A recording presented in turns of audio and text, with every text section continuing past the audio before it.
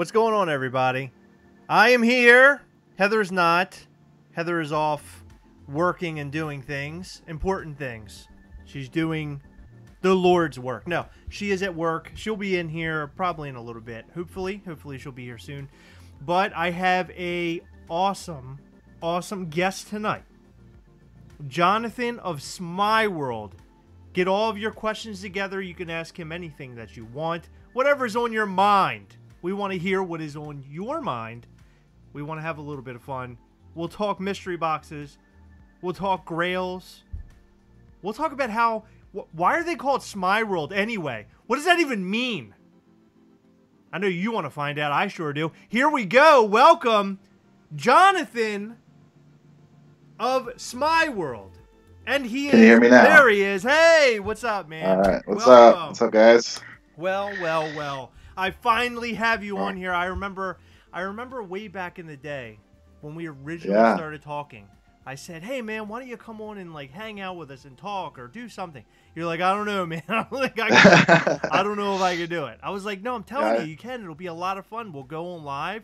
We'll sit around. We'll talk. We'll chat. We'll have fun. And you're like, I don't know if I'm ready for that. Maybe one day. Well, guess what? The one day is here. It is here. 1 year later. Yeah. But yeah, you guys were the first, I think, one of the only actual live appearances I made on the web. So here we go for the whole enchilada. The whole enchilada it is. So the burning question, and this is a question I've been wondering since I met you. I don't know. I don't believe it's ever come up in any other, like your page or anywhere else or on your Instagram. Where does the name Smeyeworld come from? All right. Well, yeah, I don't know. I guess part of me wanted to always tell the story, and part of me kind of like the enigma and watching people, mispronounce it or not know what it meant. And so this, I think, is the first time I've told the real story in typing, word, or live, or any other medium. But basically, when I was a freshman in high school, I had some friends at the neighboring high school that had a clothing company. And I thought it was really cool, and this kid walks into my classroom and he says, yo, I got this job at this place. We can get t-shirts for $3-4. It was like a factory of that made all this, sweatpants, sweatshirts, boxers, whatever. And he could get this employee discount. And I said, dude, let's start our own company, I'm in. And I was like, oh man, what are we going to call it? What's all this stuff? And so, I'm a freshman in high school, whatever. And my idea is let's make up these 12 mock companies and go around and ask all our friends and all our kids what should we call it, and most of them were the only other one I can remember other than Smeyeworld was Flimsy. That's how bad they were, Flim-Z like Jay-Z but flimsy. Oh my god. And so Smeyeworld, it's just supposed to be it's my world. It's Smeyeworld, So okay. and I think people don't quite get it because it is not phonetic. If you were going to pronounce or spell it, you might do SMYE or something like that. Right. That would kind of give the the EYE. But that was also a little Easter egg for me. I was listening to an artist Idea a lot at the time, and he was spelling his EYEDEA, and so that was my way to kind of tuck this little Easter egg into the name that I liked. That's awesome. And so that was the one that got voted out of all the crappy names. That was the one that won. And we never created the company. That was about I think it was a one-day thing. But for some reason, I always remembered that name, and I just thought it was stuck. Yeah. And so I just thought, we're creating this with Funko and stuff. It taps into nostalgia, it taps into, fun, it taps into memories. And that was kind of a fond memory. So it's this, personal thing. And I think also gives us, a little bit of a unique feeling. I like the name. I think the name's good. I do often hear it mispronounced. People don't know, they call it Smeyeworld. I hear a lot. So right now it is Smeyeworld. We know now it's Smeyeworld for sure. It's not your 100%. world. It's my world. That's awesome. That's cool. I really like the name. I like the explanation. So what the heck got you involved in wanting to do this? Why start a store? Why do mystery boxes?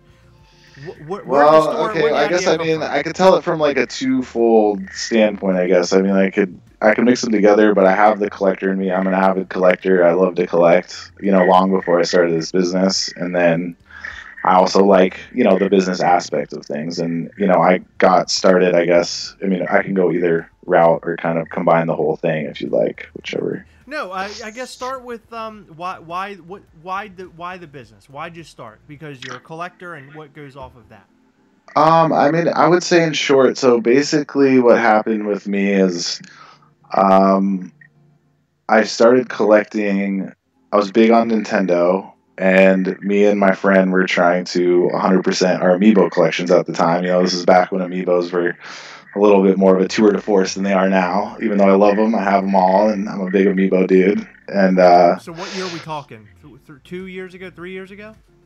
yeah, this would probably be like over 2 years ago, something Okay. like that, that I was trying to kind of going on this hunt. And I met this guy that I was buying a lot of his. He had some really cool, like rare stuff at the time. I ended up getting a bunch of like a German amiibo stand or something, like weird, like But I mean, unreleased little things and, stuff I was buying from. what is a rare amiibo? Is there an amiibo that you can only get in Japan and stuff like that?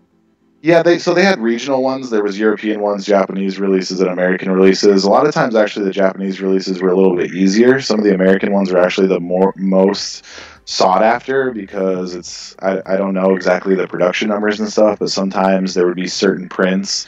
They didn't want, though, Nintendo didn't want, I don't think, to get into this kind of land we're in with Funko. They didn't want a 6-year-old kid like having to pay $600 to have a Zelda amiibo, or something Sure. like that. So they did reprint, I think, a lot of runs and kind of kept the values and stuff a little bit at bay and a little bit reasonable. But so anyways, I met this guy that I was buying some stuff from. And this dude was like a really cool collector to me at the time. He had completed like some like Pocket Game Boy Pokemon collections and stuff that were Matt, that's you by the way if you're watching. But anyways, like some really far out collections, and he got into Moose Toys, which I don't know if any of you guys know, they make Shopkins, and that's like Oh, okay. found in the girl aisle of Target, but they do some really crazy LE stuff.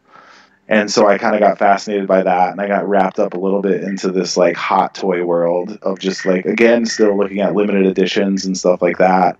And somehow So in what is your there, definition of hot toy? Because I heard hot toy. So what do you mean by well, hot I toy? guess hot toy would be a lot of the brands that like, are associated with Christmas, that are associated with kind of like what the kids want, you know what I mean? Like even So like not Hatchimals and stolen. LOLs. And so even within that market, like you still have this really odd, like underground limited edition scene. You know what I mean? There's still like these factions and stuff, and I think part of that like is really it's just cool to me. My that same friend right now, he's collecting Tamagotchis. Like that's his big thing. He just like gets all Oh these my really god. really rare Tamagotchis, and I'm talking rare, like something that was in like an Oreo contest in like the 90s, still in the box or something. You know what I Do mean? It they wasn't even go for a sold. lot of money, Tamagotchi? Oh yeah, like a Sabrina in the box, Sabrina the Teenage Witch or something. I think that's $300 or $400. I don't Oh know. my I'm god. not a Tamagotchi expert, but anyways, I started really getting affiliated with that world, and so I kind of just prior to Smeyeworld, I was selling stuff on Amazon. I was kind of like I had borrowed a little bit of money from my dad, and I just said, Dad, I really think this can be like something. I knew I was getting more immersed. I had like the Nintendo and the hot toy and this kind of stuff, and I had Funkos. Like I had Funko Pops, I had a little collection, I had some chases, but it really wasn't my thing.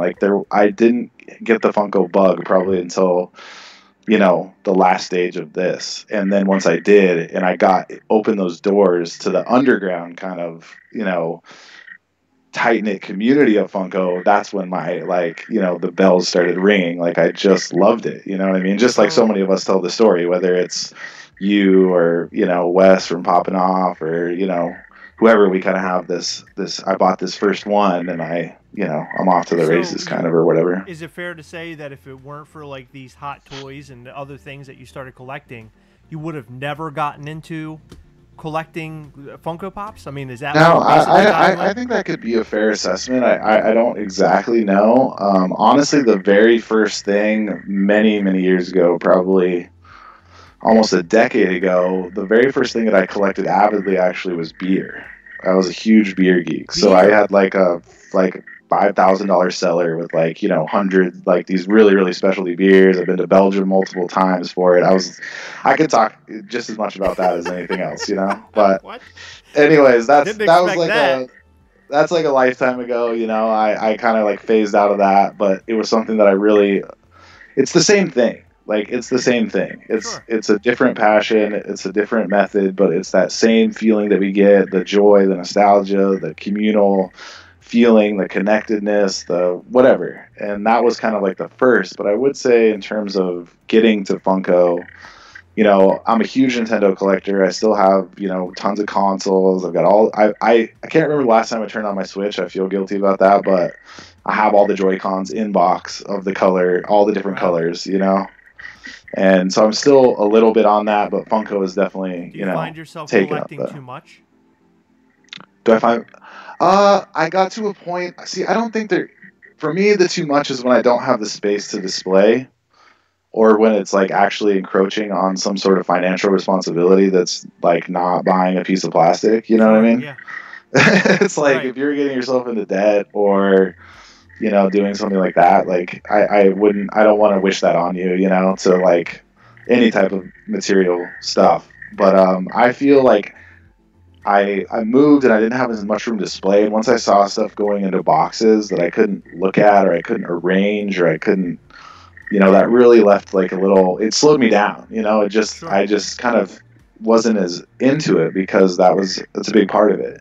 And also the business, like Lee talks about too, it does kind of like desensitize you a little bit. And, or Lee talked about last week, like it's really cool. You get to see these pieces like going, from $7 a pop. And, you get to see these pieces going through your hands and they're like, you're a little baby for a week and you love that some dude won it in a mystery contest or someone, writes you a nice letter saying, hey, this was such a cool pop. I'm so happy. I've always wanted this one. And, that feeling is kind of like a new feeling that I am really attracted to. I want I want people to be happy. I want, and just like Lee said, like you want the best and you want this community to grow and you want people to enjoy themselves. And that's a whole nother form, I guess, of attachment that you start to bond with. Absolutely, yeah. Is related to collecting. You know what I mean? Sure. I mean, that's why we started the channel to spread. I mean, it started with something entirely different, but when it started to grow, it was all about the positivity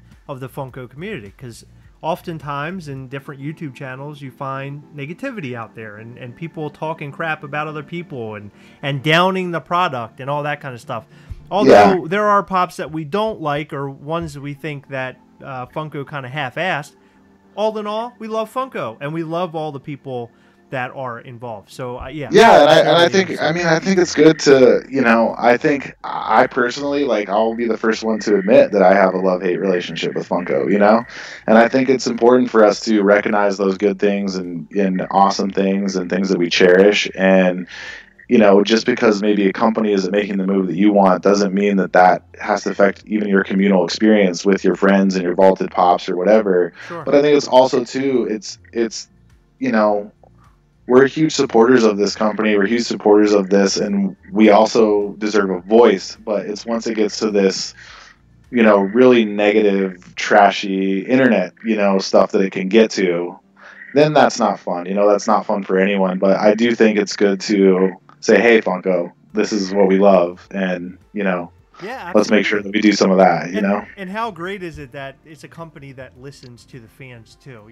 Oftentimes we're sitting around, we're begging for certain pops to be released, and of course it's always them trying to gain the licenses to do it.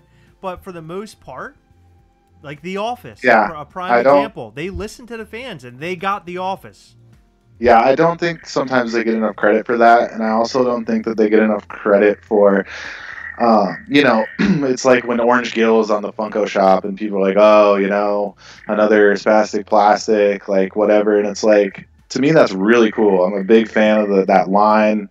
I love that it's original art. I love that they're Absolutely. not just, going this commercial route, and they're doing, whether it's a real big throwback or it's something unique and original. And I think Brian, I might not be factually accurate on this, but I think the whole reason the Funko Shop was even created was to sell things that weren't going to sell in the store in smaller batches that he wanted to make, which that's radical. Like, it's awesome. These dudes. So Mike Becker wanted to make things that he couldn't go out and purchase, and Bob's Big Boy, and then he sold the Bob. He went to Bob's Big Boy, and they're like, oh yeah, sure, whatever, who cares? And then he made the wacky wobbler, I guess you could call it, of the Bob's Big Boy, and it blew up. It went from there. A Bob's Big Boy toy.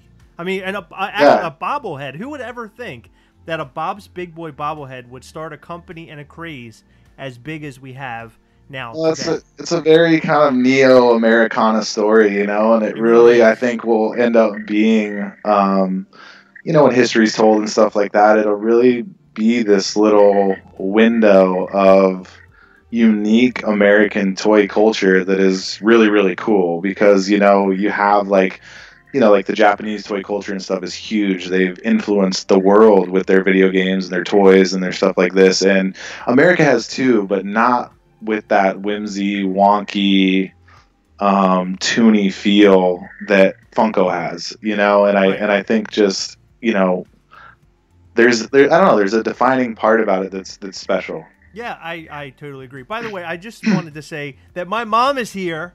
My mom, Angel Gas, she's in the chat, and she's carrying on, and she's having a good time. She said the party has already started. Mom Gas is here.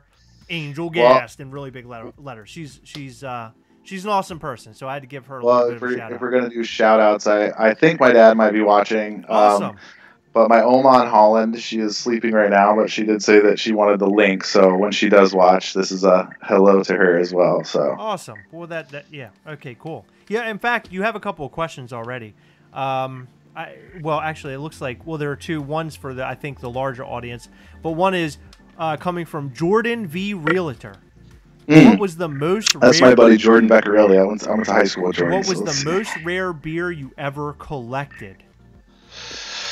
Ooh, the most rare beer I ever collected. So he knows this name, me and Andy Wolver. I think we were in Holland, so we brought all this rare beer from America in our backpacks to Europe to trade for beers. That's awesome. So it's and so we were at this bottle shop in Holland, and there's this I think for 12 ounces it's a milliliter, so it's 330 milliliters, 12.9 ounces or something like that.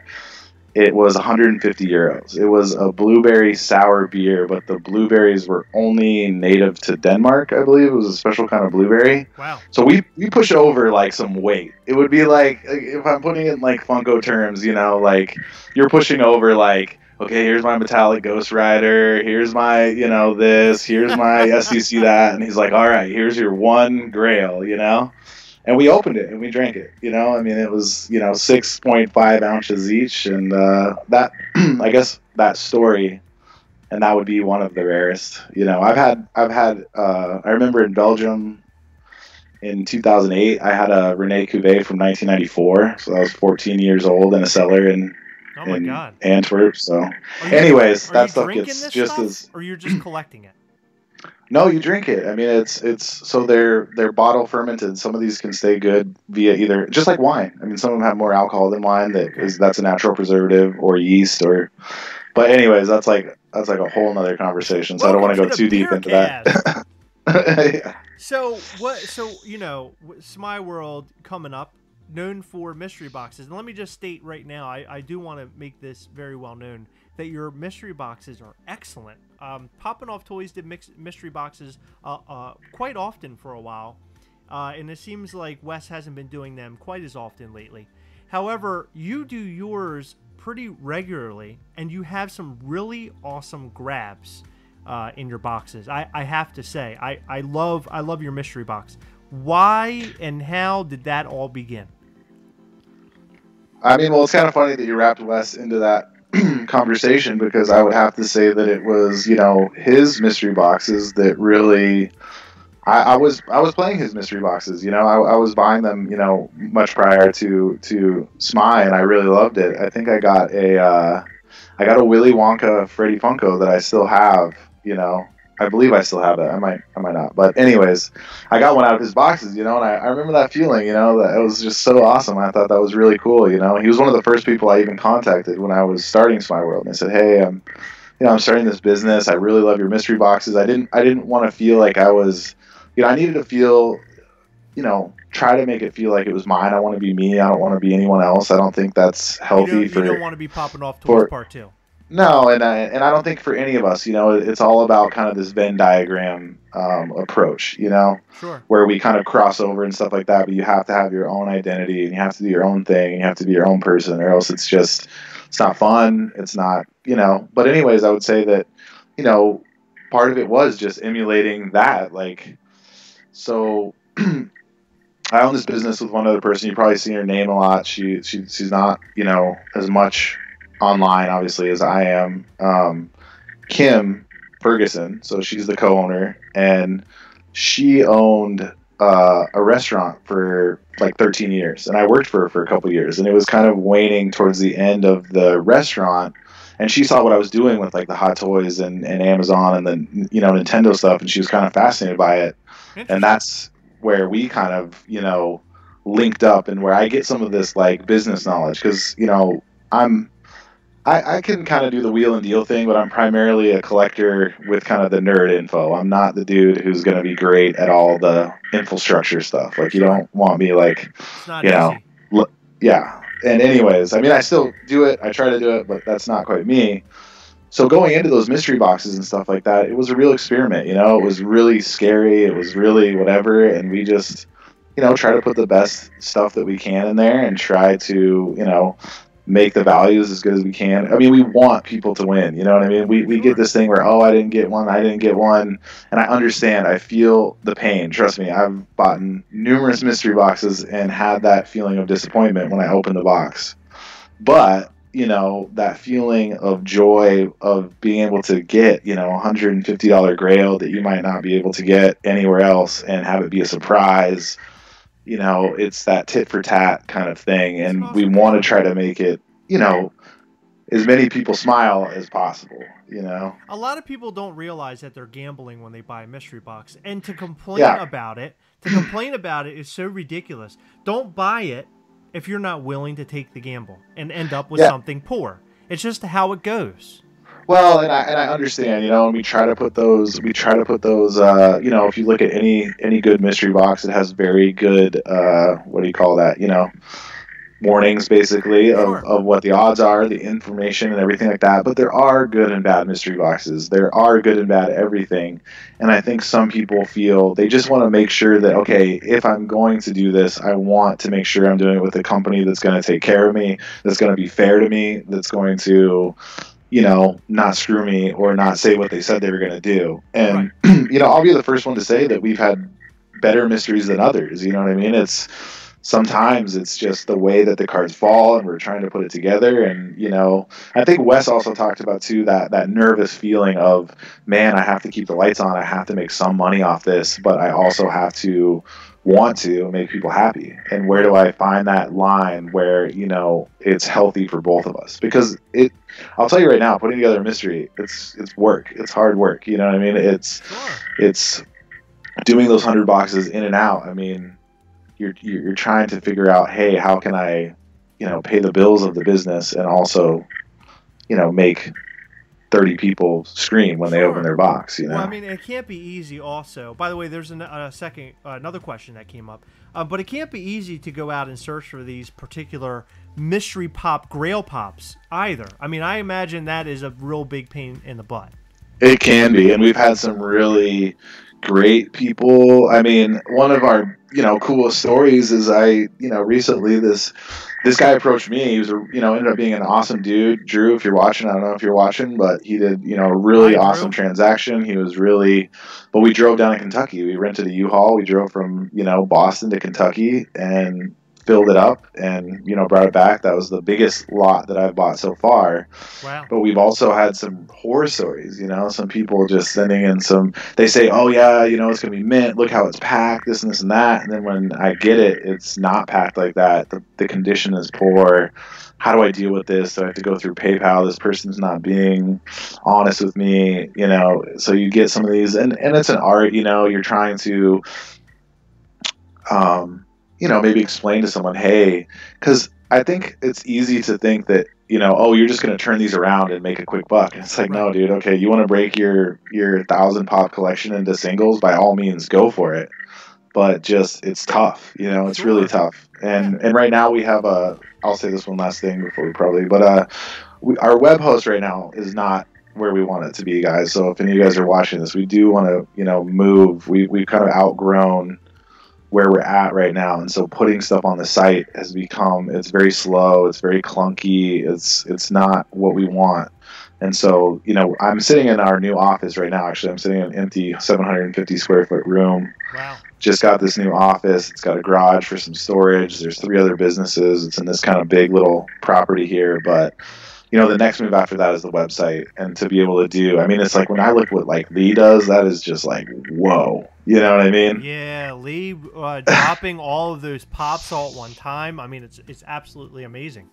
It's insanity. Like because I kind of, you know, have that feeling of knowing what it's like, and I'm just like, dude, those guys crush, you know. Oh my god! And just to be able to do that, it's beautiful, you know. It's really cool that they're able to bring that to the community, and you know, I want to bring what I want to bring to the community, and I want to be able to do it fluidly. But I just want to say that, you know, hopefully more, you know, fluidity on our part will be coming soon. You know, that's the next step after the new space is the new site. So let me just say I commend you, and the reason why I commend you so much is because you decided to go out there and link with some of these bigger names, right? So $7 a pop and a Poppin' Off Toys. I think that was a great avenue to travel down, right? I mean, you know, you're a guy starting off. You want to do these mystery boxes. You want to sell Funko Pops. You want to get involved in Funko Pops. And who are two of like some of the greatest guys in this business right now? But Wes of Poppin' Off Toys and Lee of $7 a pop. How did that connection even occur? And before you answer that, you have somebody in here, Killian Tollard, says, "Hey John, it's Killian. It's epic. You're getting so much exposure. Keep up the grind." Oh, nice. That's my buddy Chris's son. He's a great dude. Cool. Sometimes I catch a game of Overwatch with him. So what up, Killian? Awesome. But yeah, so how did you connect up with these guys?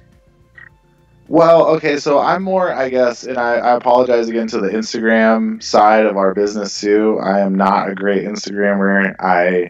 I really like Instagram as a format for other things, but I find it very difficult for me as a business to feel. I like to feel like we're in one room, and I know it isn't like that a lot of the times, but on Facebook, it really, when I'm on our page and in the comment section with people I know, I love that. You know, I love seeing names that come through every week, and Sure. This feeling like we're all in this together, and you know, we're in this space together, and we're enjoying this, and we're having fun, and I'm seeing you again, I'm saying what's up with a genuine, you know, feel. And I guess I just understand Facebook a little bit more, and so I kind of got just exposed to those businesses there. There's a lot of other, you know, pop shops that I don't really know anything about. I don't know if they're good or bad. I don't know if they're big or small, but you know, Wes and Rachel Bean from Katie Toys and Lee and Scott Hamilton, and you know, all these names were coming up for me, and I just was like, oh man, you know, this is really, really cool.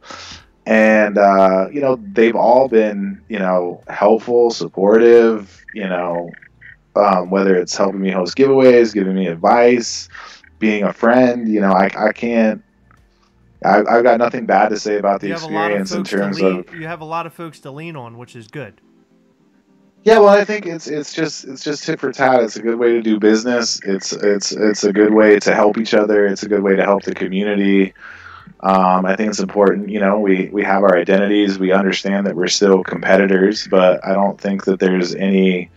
You know, I would never want to think that I'm going, hey, you know, come, don't shop there, shop here, don't shop with me, shop there, you know, like Sure. Any of that kind of stuff. There's no point in doing that because that's not fun. You know what I mean? It's like there's enough backbreaking elements to this part. There's enough heart palpitations at night, wondering if Funko is actually going to ship the damn pops to you so you can get them to your customers. You know, after months, that you don't need that kind of negativity in the environment. You know, it's We've you got to heard have a lot some. of that heartache You know, from Funko for sure. From Wes explained a lot of that to us. yeah, I mean, Biggie for me was the big harsh one, and I think for a lot of other people too. I mean, I understand like the stress of the consumer, you know, and I understand the frustration. I mean, Sure. I can go down and get this at a big box store, and you still don't have it, you know, but somehow that weighs in on. It's like, dude, I ordered my order. If you want to look at it in my email, it went on at noon. My email was sent before 12:01, putting in my order, and that was 8 months ago or however long. But if I could have been 15 seconds faster, I probably still would be getting this date. So that's all I can do, and I argue with them, and I do this to no avail. You know, I've learned it's like you can check in with the rep, but after they say no, there's no point. You know, because then you're doing the same thing to them. They don't have that control either at that point. Right. Sure. Yeah. And so, you know, but it's harsh. Like I completely understand when someone says, "Dude, this sucks. Where's my product?" And I'm like, I made the point a couple of times. By the way, here's my sound effect for Funko when they don't ship their stuff on time. If it ever plays, the soundboard. Here we go. Oh, there we go. Thank God it finally played. It finally shipped. It finally played. Finally played. Isn't that incredible? You know what? It didn't even play the proper way, which really stunk. Hold on, let me see if I can do that again. There we go. Thank God. Finally, it played properly. Yeah, I mean, you know, the point I made with Wes and I think with Lee is Funko Pops. Yes, it's great to have them when you want them. Like, I bought it. Why isn't it here already? Right? But it's not something that you need. Like, it is not a need. It's something fun, and it's something that's going to sit on your shelf, right? Well, and I'm talking from a personal standpoint. I completely agree with what you're saying. Yeah. And I think one of the things is if you shop with someone like Wes or you shop with someone like Lee and, you know, hopefully, you know, shop with someone like me, whatever, it's like we're there to really tend to getting you that product. And it might be in a while, and it's hard because you have a lot of companies that are not coming through and they're actually not providing, and they're the reason for the disservice, not the delays on Funko's part. But it's going to come, and if you know, care about it and stuff like that, it's going to be a nice surprise. And like you said, it's not something like medicine that you need immediately, but at the same time, you know, a lot of this, you know, the overwhelming feeling when you see a new release and you like have to have it, you know. Sure. There is that compulsion feeling that I get too, you know. Of course, yeah, it's always nice when you have it in your hand, but is it killing you that it's not in your hand? For me, not really. Unless you're a flipper and you need whatever you're ordering right now so you can flip it and make the most amount of money, I guess it makes sense from that standpoint. But from my standpoint, when I'm ordering something, it'll get here when it gets here, and I'm totally cool with that, personally. That's it's awesome too, because which is awesome, you know. I just have a lot of respect for a consumer like that, of what you just said, because you do help small businesses. You know, you are, when you buy pops from companies like we've just mentioned or smaller companies, you're directly supporting them. You're supporting their family, their cause, their dream, their whatever, and that's cool. You know, it's cool. I mean, you can go get it at Target or Hot Topic or whatever, and some pops you have to. I mean, I've been there too. We've all been there, but it's cool to keep this community alive. I mean, there's Funko, and then there's the Funko community, you know, and obviously they coincide in a big way. But the Funko community is us. It's not them. We're the community, you know. Right. So we define how we want it to go, and you know, by supporting each other, supporting small shops, being cool, trading, selling, whatever. That's how it rocks and rolls, you know. And so, anyways, that's my. So a couple quick things. Ohana, where's Heather? Heather is at work, but she'll be here shortly, I hope. And the other question comes from Blazin' Pops. By the way, if you're not subscribe to Blazin' Pops or following them on Instagram, you totally should. That name sounds really familiar. Yeah. Oh, that's Zachary Hurd, I think. Yes, right? He's awesome. And for all you guys out there, for sure, go and check them out. Their channel is amazing. They've opened some of our boxes. I watch their channel religiously, their videos religiously. And they asked the question, was, where did the whole thing with the duckies come in? The ducky. Yeah, I'm glad that we got to the ducky. So the thing with the ducky, that was just my idea. I think you remember, Chris, at some of our early stages in our mystery boxes, we were playing even a little bit more games. Some that you Yes. helped, were involved in and stuff. But with the ducky, the thing, it's completely random. There is no intention other than fun and opening your box and going, why do I have a duck in my box? I mean, that's it, and I Right. just did it from the get-go. I think we did it on our very first mystery box. I just thought it would be something fun, and it just kind of grew, and we never stopped doing it. And personally, I love it. I think it's a defining thing. I think I've seen them on keychains. I've seen people give them to their kids. I've seen just one guy, I think he was at the Funko warehouse somehow or something, and he took he put a ducky on one of their pallets and took a picture of it, and sent That's it to us, awesome. which I thought was really cool, and Yeah. so That's it's just cool. gonna come as the Smile Guy's little sidekick, basically, and I think just our little memento that this is fun, Yeah. No, I find that to be a fun added little piece to the box. You get your box in. If you see, I always like the fact that when I'm opening my box, the first thing that I want to see in a Smeyeworld box is that it's wrapped in the like tissue some sort of paper. special color. Yes. And as soon as I see that, I'm like, oh yeah, something cool's in here. And then of course the rubber ducky, and then sometimes there's a note. I think most of the time there's a note. But the note's in there, and it's wrapped in that paper, and it's just a really cool experience. It's much different than ordering from some of the other guys, which is nothing wrong with it. This is Yeah, just an added feature that makes it a lot. It makes it a lot more fun, in my opinion. I think it's a lot of fun, and a lot of the people here are actually agreeing, and they're all saying duckies. They're all loving the duckies thing. nice. Yeah, I can't see the chat. I'm just in Skype, so you'll have to, if you see anything that might need to pertain to me, Absolutely, I'm yep. out of the loop on that one. But yeah, I think it's great. It's just a communal fun, and some people that have been with us for a long time. Andy, I forget his last name. Well, I know his last name, but it's a long one, so I don't want to try to pronounce it. But he sent me a picture with his shelf all set up and his pops and stuff. But I think it was a pop protector, and he had all his duckies that he's ever gotten. He's been here Oh, that's since cool. buying mystery boxes since some of the first weeks or whatever. So he's got 10, 12, 13, whatever, and all in this little jar, and it's just oh man, that's wicked cool. It's really cool to see that. I love that kind of stuff. It's just Yeah. why not? It's very similar to our channel and people wanting our t-shirts and wanting the stickers and putting their stickers on their car and all that kind of stuff. I mean, it means a lot to us. The fact that Totally. they want to rep us and share the Gastlecast with the rest of the world locally, for them, which I think is just so much fun. And the little duckies thing, man, you that was a brilliant move on your part, I have to say. My my mom has a question, Sure. which is an interesting one. Hey Jonathan, know where I can score the Beatles? My mother wants Beatles Funko Pops.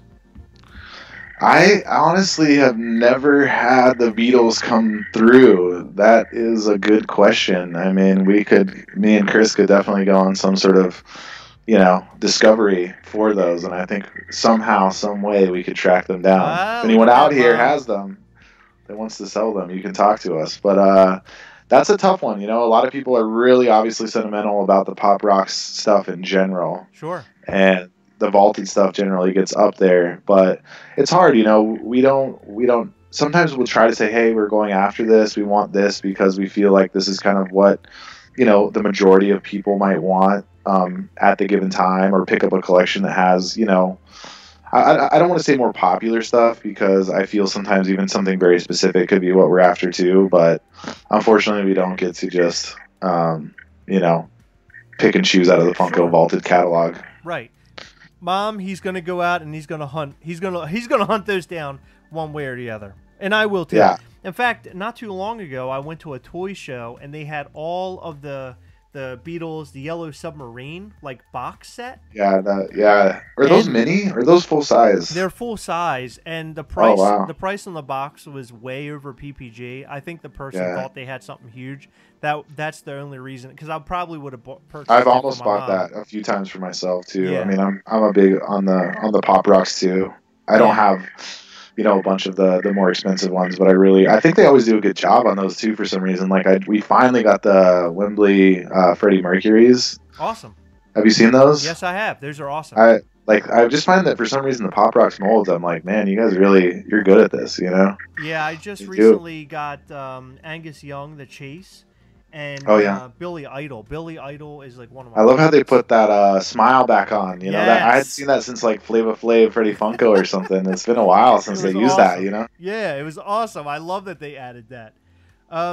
So we talked before, and before actually this video, we talked about some Grails. And I was wondering if maybe you could show us a couple Grails and maybe even go into some extra. I see you have like a Hello Kitty thing back there. Maybe you could talk a little bit about that. Oh, yeah, definitely. I brought some treats, some giveaways, and some stuff to show for my personal collection. And I also brought some of our, customs that have been made from. So the Gamer Twins are these two awesome twins, identical twins in southern Massachusetts. We love working with them. They do awesome stuff. I think their company is like Twin Customs or something, but they've done recently, if you're seeing some of the higher end, aka not done by me customs, I did a few that came in our early boxes. They're doing them for us. Right now we have pre-orders for glow-in-the-dark Genie, and awesome. It's an orange Frankenberry Freddy Funko, kind of like the Smeye version. Orange and blue are kind of our team colors, if we had to pick. But so they've done, speaking of Pop Rocks, here was kind of the Undead Biggie that they did. I don't know if we can get a little... That's awesome, yeah. So he's got the white eyes and kind of a little bit lighter tone skin for the zombie-ish vibe. So he was in our Halloween box. And, they cast the molds of them, and they make the, they make the whole figure. That's sick. And then here was the Frankenberry that they did. That's glow in the dark. So it's the candy corn Freddy, as we call it. So it's the blueberry, but orange again for Smile, but the crown glows blue, I believe. And these were also in our Halloween boxes. We have a secret custom we have not revealed that will be in our anniversary boxes. So there's 3 customs they're making for us right now. The 2 I mentioned prior, and then a super secret one. And then here's a 1-of-1 metallic. I got them to make me. Ooh, dude, that's cool. That one's mine. And that's, I love the Freddy, I love the ad icons. I love Freddy. Some of the newer ad icons, their choices and stuff, I'm 50-50 on some of them, but I do love that whole feeling and nostalgia and cereal, and, some of those ones are some of my favorites. But my all-time favorite for me, it took me about a year to finish this. It was a very big journey, and not monetarily a little bit too. They're not the most expensive. If someone tries to sell you one for tons and tons of money, it's again probably over what it's technically worth due to supply and demand. But they're incredibly hard to find. But was my Ugly Doll collection. So I don't know if you can see. Can you see all 4 of these here? Yes. Or there's 3 here. Oh yeah, we can see them. And so here's like the Ox. These are all 1 of 48, and they're from 2012 Comic Con. So there was only 48 made. And they're from now, 7 years ago? Why Ugly Doll? I like the aesthetic. That's just it. That's it, period. I have no allegiance to Ugly Doll, and at the time, honestly, that I started collecting them, I think my very first one, I don't know how much even allegiance I had to, or, Funko. I just thought this was... So this is the metallic wage. I think the regular wage, or the regular SDCC one... The 480, I think you can still find him for like $50 or something. Okay. I want to say that was the first one I got. This is just the metallic version of that one. I just love it. It just has this kind of Japanese American art, like very I don't know, simplistic. kind of remind me a little bit of like Kid Robot, but not. Yeah, very simplistic. I like the simple stuff. I'm really into the the very, very basic, like me and Chris were just talking, prior to this, like the original Sully is one of my favorite pops, and I love Sully as a character and stuff like that, but I love how the older ones and some of the even simpler ones that you kind of have to finish it off with your imagination. Like that's the way that I see it. The whole, when you look at like a really detailed statue, the whole story is already kind of told to me, like, and it's beautiful, like, it's like watching a movie or something, like you're getting the whole picture maybe, but I really feel like with Funko, the beauty of it is, hey, do you remember that movie? Well, you better think about it and then mix it in with what you're seeing right now and kind of, complete the whole vibe, so to speak, or whatever. Right. And, So that simplistic stuff. And then let's see, another thing I'm going after right now. So this is kind of one I've been on for a long time because I can't afford a metallic thing. But I got the colors mixed Somebody up here. mentioned that they heard rumors of an Ugly Doll movie. Yes, there's an Ugly Doll movie, and yes, it looks horrible. So there you go. Yeah, I'm really sad about that, by the way. I don't want to talk about it because it does look horrible. So anyways, what I'm trying to do, I haven't really even told too many people. For some reason, this is my secret collection, but so I have all 3 Dooms. I've had them for a long time. I'm a huge MF Doom fan. He's a rapper, and he's kind of got the Doom vibe, and I just love Dr. Doom as a character. My dad collected, Fantastic Four comics and stuff, and he was always just, this figure that I just really like as a villain. I think he's one of the coolest villains around. So the 3 Dooms were one of the, earlier things I went out and grabbed right away out of that, deep nostalgic love or whatever. But, so I'm missing the regular Ghost Rider. I've got the Glow Ghost Rider, the Metallic Ghost Rider from SDCC, and I'm pairing them with Chrome Freddy's. So my thing is 3 things, the Gemini, the Metallic, the regular, with the orange Chrome Freddy, all 3 Dooms with the green Chrome Freddy, and all 3 Ghost Riders with the silver Chrome Freddy. So it's this weird little set. I like the flavor of this, I don't know if you can see it, but kind of the green chrome with the Doom. It just cool. Screams kind of Funko to me and seals it up. So anyways. I love that Dr. Doom, by the way. So I have the regular Dr. Doom in the black and white. I do not have the one you just had in your hand. Yeah, I luckily snagged this one before it shot up to wherever it was, and then a good customer and friend of mine hooked me up with a pretty good deal on the Ghost Rider. So some of these things I do kind of, I don't necessarily quite agree with Lee in terms of just my own personal taste in terms of when it gets to a certain dollar amount would I never sell. I mean, it'd be really hard for me. I think if someone even offered me an exorbitant amount of money for maybe my Ugly Doll collection or something like that, I probably wouldn't sell it. But so you said, everyone, just to recap for those who didn't catch that, Lee of $7 Pop came on, and he basically said that he would not sell, or he would sell all of his Pops. There is a dollar amount to all of his Funko Pops. And I responded that there are a couple for sure that I definitely could not get rid of because they do hold a special place in my heart. And basically, Jonathan, you're saying pretty precisely the same thing. Yeah, I have a couple things where enough of my heart has gotten injected into it that I would feel.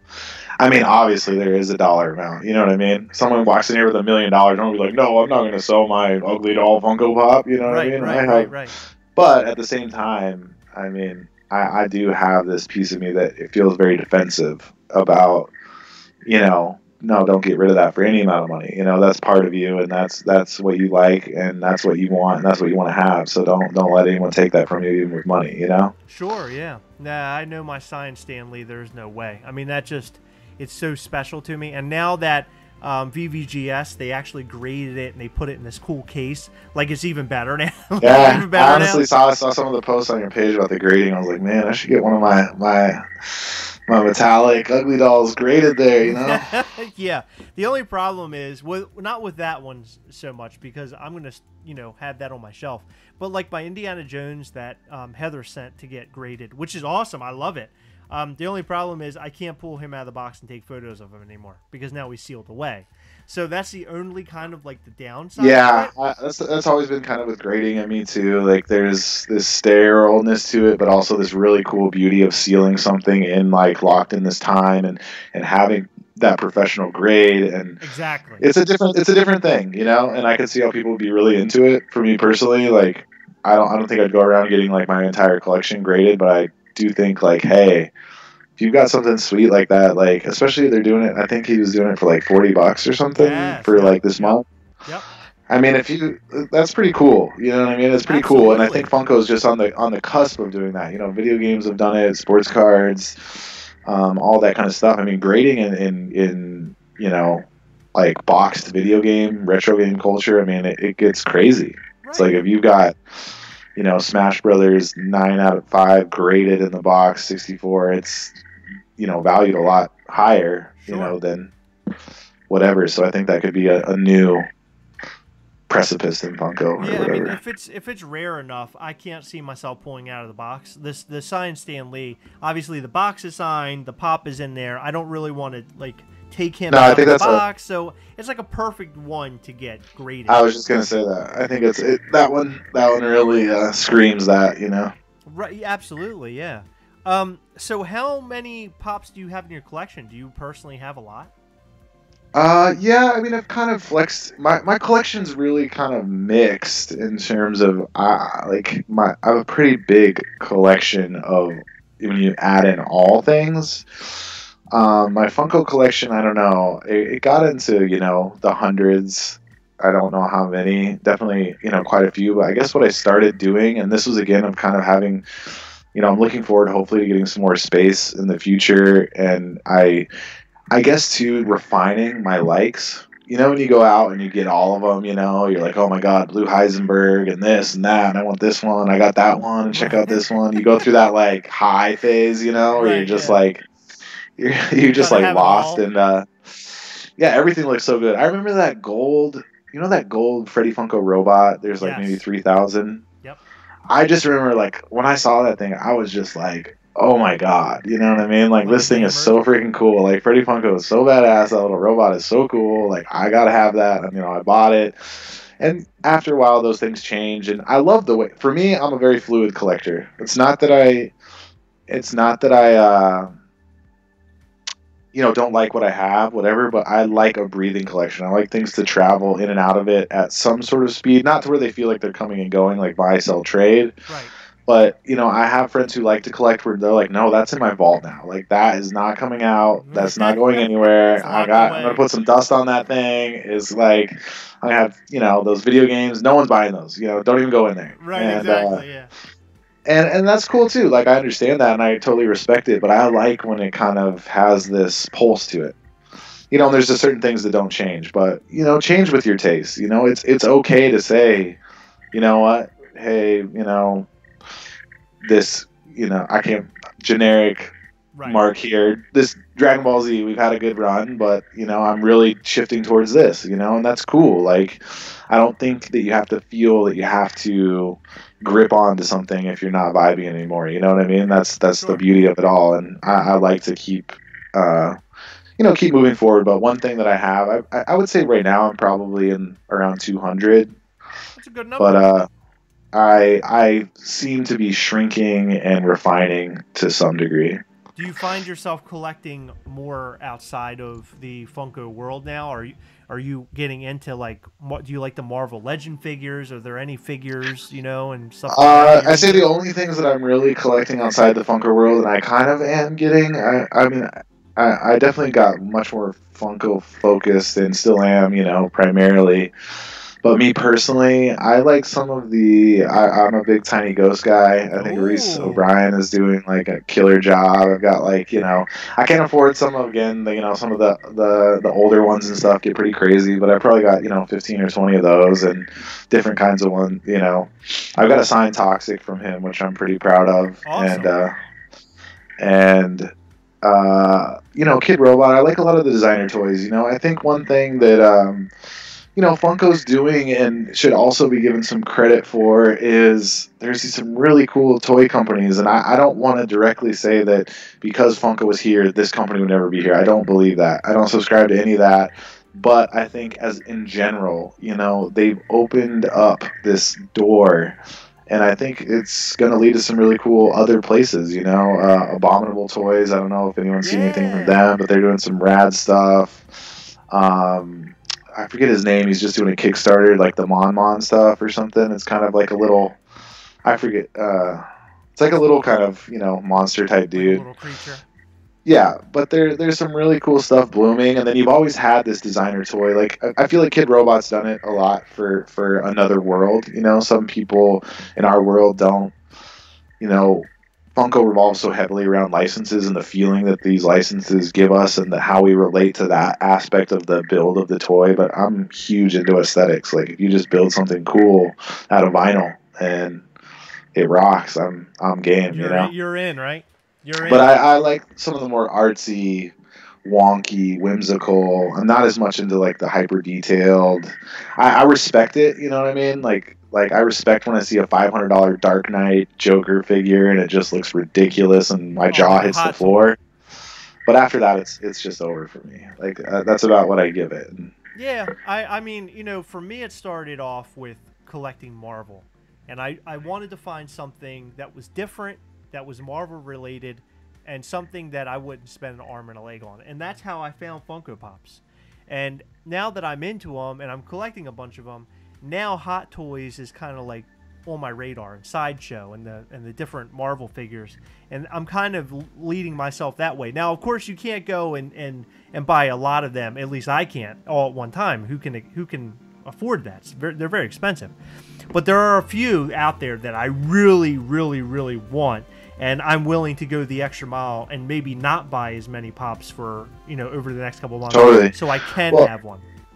and I will say to people, like make your collection pop. I mean, and the way that you do that is you accentuate your collection. Go out and find something like a statue that he's talking about, or even out of box Dorbs, or whatever, or this or that. There's little things that you can do and put in place. I'm a big display guy. I think you're gonna like this stuff is respected. It's cool. Let's look at it. Let's cherish it. Let's set it up.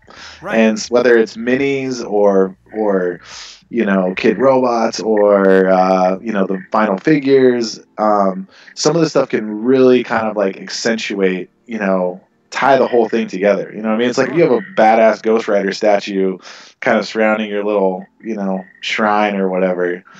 And I'm sure to a bunch of normal people, this just seems so, crazy, Yeah, we I sound felt nutty. like there's gonna be some people on here, friends or family, that were gonna be like, yeah, finally they're gonna like think this is something, normal. And now I'm realizing no, that's not gonna happen, Right. No, We're it's funny because in my friend circles, in my family, I mean, of course, my mother's here right now.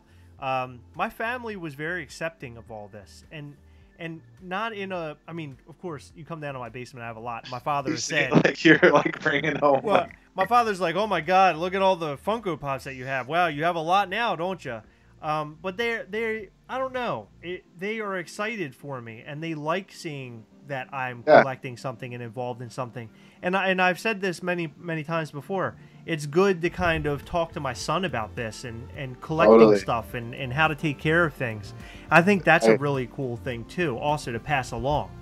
I've talked about that a ton. Like, I mean, I don't have kids, but I just personally just love seeing the relationships, and even with my dad, I sent him like the Deadpool Bob Ross for a Christmas or a birthday, and he just flipped. Like, he just thought that was the funniest thing since sliced bread. Like, what is this, Right. And you have those connections, but I love it with the kids. I see that a lot in the Tiny Ghost community. Like, they just resonate so well with children. Like, they have this look, like they're just playing with this, like, to you it's like this $200 limited edition glow in the dark vinyl made by this artist, but to them it's this like cool little ghost or this Spider-Man that they're just like so into. And when that all meshes together, it's like, wow, this is really cool. It's special. Yeah, that's definitely a cool part of a lot of the collectibles that we actually collect. Is there a Grail pop out there that you don't have that you really want? Well, I really want the metallic thing to complete that collection. That's probably the one that's like the most out of reach for me right now in terms of cost. And it's kind of weird because I kind of want it. I want it, but I want it on this also compulsion of completion, which we all kind of have. I finally like, it's like, man, am I really going to do this? Like, you've got to do it. You've got all these pieces and they're only missing these ones, and you need to kind of fill that gap. But I'm trying to think of, I mean, if money wasn't an issue, I think some of like the higher end Freddy Funkos, like I'm super into the Ghost Rider and V for Vendetta and stuff like that. Like that's kind of like my dreamboat type stuff. And I'm always seeing stuff where I'm just going, oh man, I wish I could have that. But I do think part of the business and stuff, and seeing so much of it go through and having to let go of so much of it, you kind of have to, learn how to detach yourself from it. Because I honestly, I had to finally, I mean, some of the lots were going into my collection. You know what I mean? It's like, no way you're getting this bebop, dude. This thing is sick. You know what I mean? Right. It's going right here, And it's like, that's not a very viable business plan, Jonathan. Like, you're gonna have to figure that out, Right, you're eating all your and product. So, yeah, exactly. And so slowly but surely, it changed, And some of it I did have to kind of like leak back in. I'll go, hey, dude, you got that like in a lot. Like, you need to. That's not yours. You know what I mean? Sure. Like, kind of play that game with myself a little bit. And I think over time now it's gotten, to the point where that's much easier. Now, and there's some, I guess, positives and negatives about that. For me, one of the biggest positives is I like to focus on the people. Sure. That's a big part of the new game is, who's involved, who's here, how can we help, what can we do for you, That's awesome. Again, the community vibe, right? So the community vibe through and through. Yeah. Do you actually display your Funko Pops? Do you display your collectibles at home? Oh yeah. Anywhere I possibly can that looks aesthetically pleasing. Do you have a room that's dedicated, similar to the one that's sitting behind me? Oh, totally. I'm like I said, I'm at our new office right now, so like literally, I moved this rack over here, brought this stuff over. I could maybe move the camera here, so you guys can kind of see. Like I'm sitting in, this is gonna be our new build out right here. Awesome. So I don't know how that looks to all of you, yeah, but cool. Yeah, my room actually it's really cool. So it's kind of like this weird room that I don't know why they would build it this way, but it has all these little nooks and crannies and shelves and stuff. That's so cool. One wall is built-in shelves. Like the whole thing is just built in from the ground up, So where were you doing this from before? Your home? So we had an office in Holden, Massachusetts. I lived and worked near Worcester, which is near Holden. So that's kind of, if anyone, as far as Boston goes, it's about 40 minutes west, maybe a little bit south. And then we moved up to Hampton Beach, New Hampshire. That's about 40 minutes. It's just across the border. Like 10 minutes, you're in Massachusetts. So it's about 45 minutes from Boston, like almost directly north. It's right on the coast. And moved it into, the business is in my house right now, which I want it desperately out of my house. Sure. It's mixing those two worlds, I thought to some degree was going to be, fun. But for me, I guess it's because it's a small space. So it's just kind of being forced to clash. I think if you have, some dedicated garage or attic or level or this where you can kind of separate those. But when it starts kind of spilling into your free time, being right there, it gets a little bit, But anyways, my room has those shelves. And it kind of has this little thing where like a TV almost might go, like a little, sunken, built-in thing. Sure. All of that's full. So I have like, I go, this is the way that I do my shelf. So they can't fit two pops stacked, but they can fit an out-of-box pop and an in-box pop, right? Right. And I like the in-box, out-of-box feel. So, and I could maybe like send you guys a picture or something so you could post it or whatever. But, so it's one row out-of-box, or one row in-box, one row out-of-box pops, next row in-box pops, next row out-of-box amiibo. Oh my god. So I go, and I cycle like that, Right, right. That's cool. Yeah, and I'm big on that. Like, if things aren't straight to me, I straighten them. And I know you could think that's like some sort of, OCD type thing, and maybe it kind of is. But at the same time, I think, hey, dude, it looks freaking cool. You know what I mean? Like, and I want it to look cool. Yeah, I don't like when it gets, jumbled to me. It's hard for me.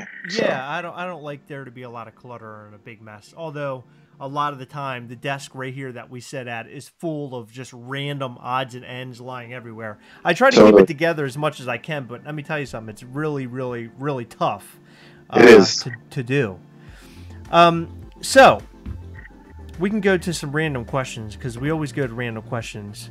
That sounds good. I grabbed 3. I don't know how good the 3 are going to be. I grabbed them at random during our conversation before the live. So hopefully these aren't too off the wall. I'll be honest with you, I don't even remember. The first one's and the first one is kind of bizarre. Okay.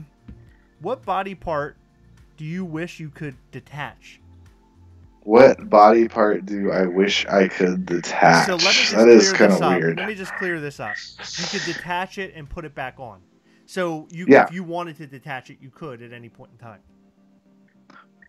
I mean, the only thing I guess I could really think of almost would be like that would be useful would be arms probably. I feel like trying to take a leg, like your balance structure is already getting kind of whacked out, you know? Like you don't really want to remove that thing unless you're like bringing crutches along. But I feel like an arm, like a little nook and cranny or something, or if you wanted to like slap somebody, Right.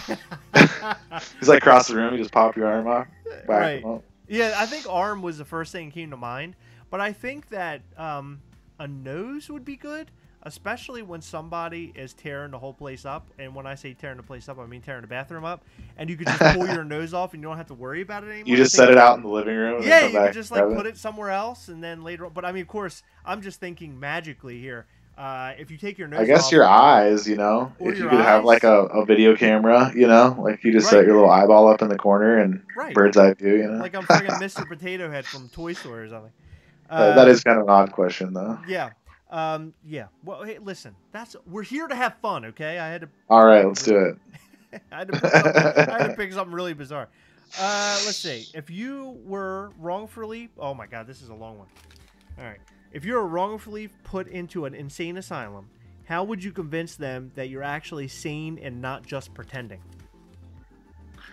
That actually is. I think there's some sort of what do you call it? You know, paradox or something like that of like having to It's like a Twilight convince episode. someone you're sane in an insane because one of the things is all it takes is one truth to make the sane insane kind of thing, Right. you know. Right.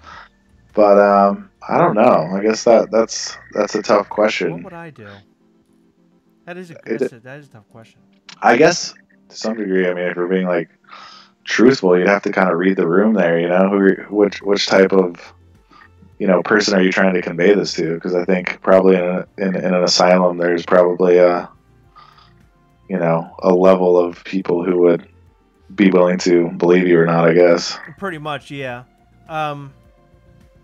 That is a really Why did I pick that question? That's really a bizarre one. So that's something to ponder. It is philosophical. I think there's something behind that, but as for a comedic, whimsical answer, I might not have one. A little too philosophical. What would I do? Oh my God, I don't know. I think I would just try to be funny. I would try to be funny, and not try to take anything too seriously.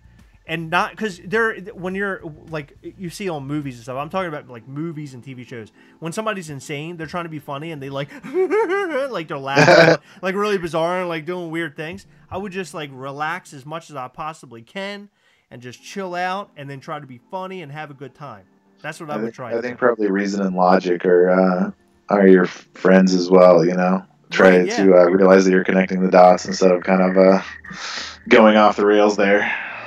Wow. Lady Days came up with an interesting answer for the part of her body to detach. She said, my boobs, I exclusively breastfed 4 babies. I would have loved to be able to detach those puppies and get a break. Oh my God. Yeah, it's a good answer. That is a good answer. Wow. That's definitely a winner. Yeah, I mean, I can't think of anything a man would detach for any other reason, for any other good reason. I guess you could detach your hog and put it somewhere fun. I don't know. I guess that could be a good one.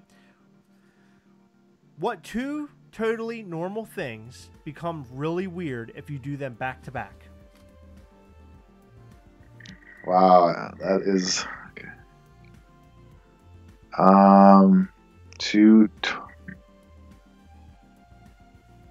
I don't know. Do you have an answer for this one yet? Normal could be a lot of things. Yeah. Normal could be a lot of things. Weird, I guess. Weird, because weird is like the key word here. Like, what 2 things do you put together and it makes it weird? Well, I would kind of think it would be like some sort of opposite thing, like go to like a week-long vegan yoga retreat and then go to a steakhouse right afterwards and eat like a 72-pound steak. You know? Right? Yeah, that's actually pretty good. Yeah, something that's like completely, backwards of what you just did in a right. odd way. Two totally normal things become really weird if you do them back to back.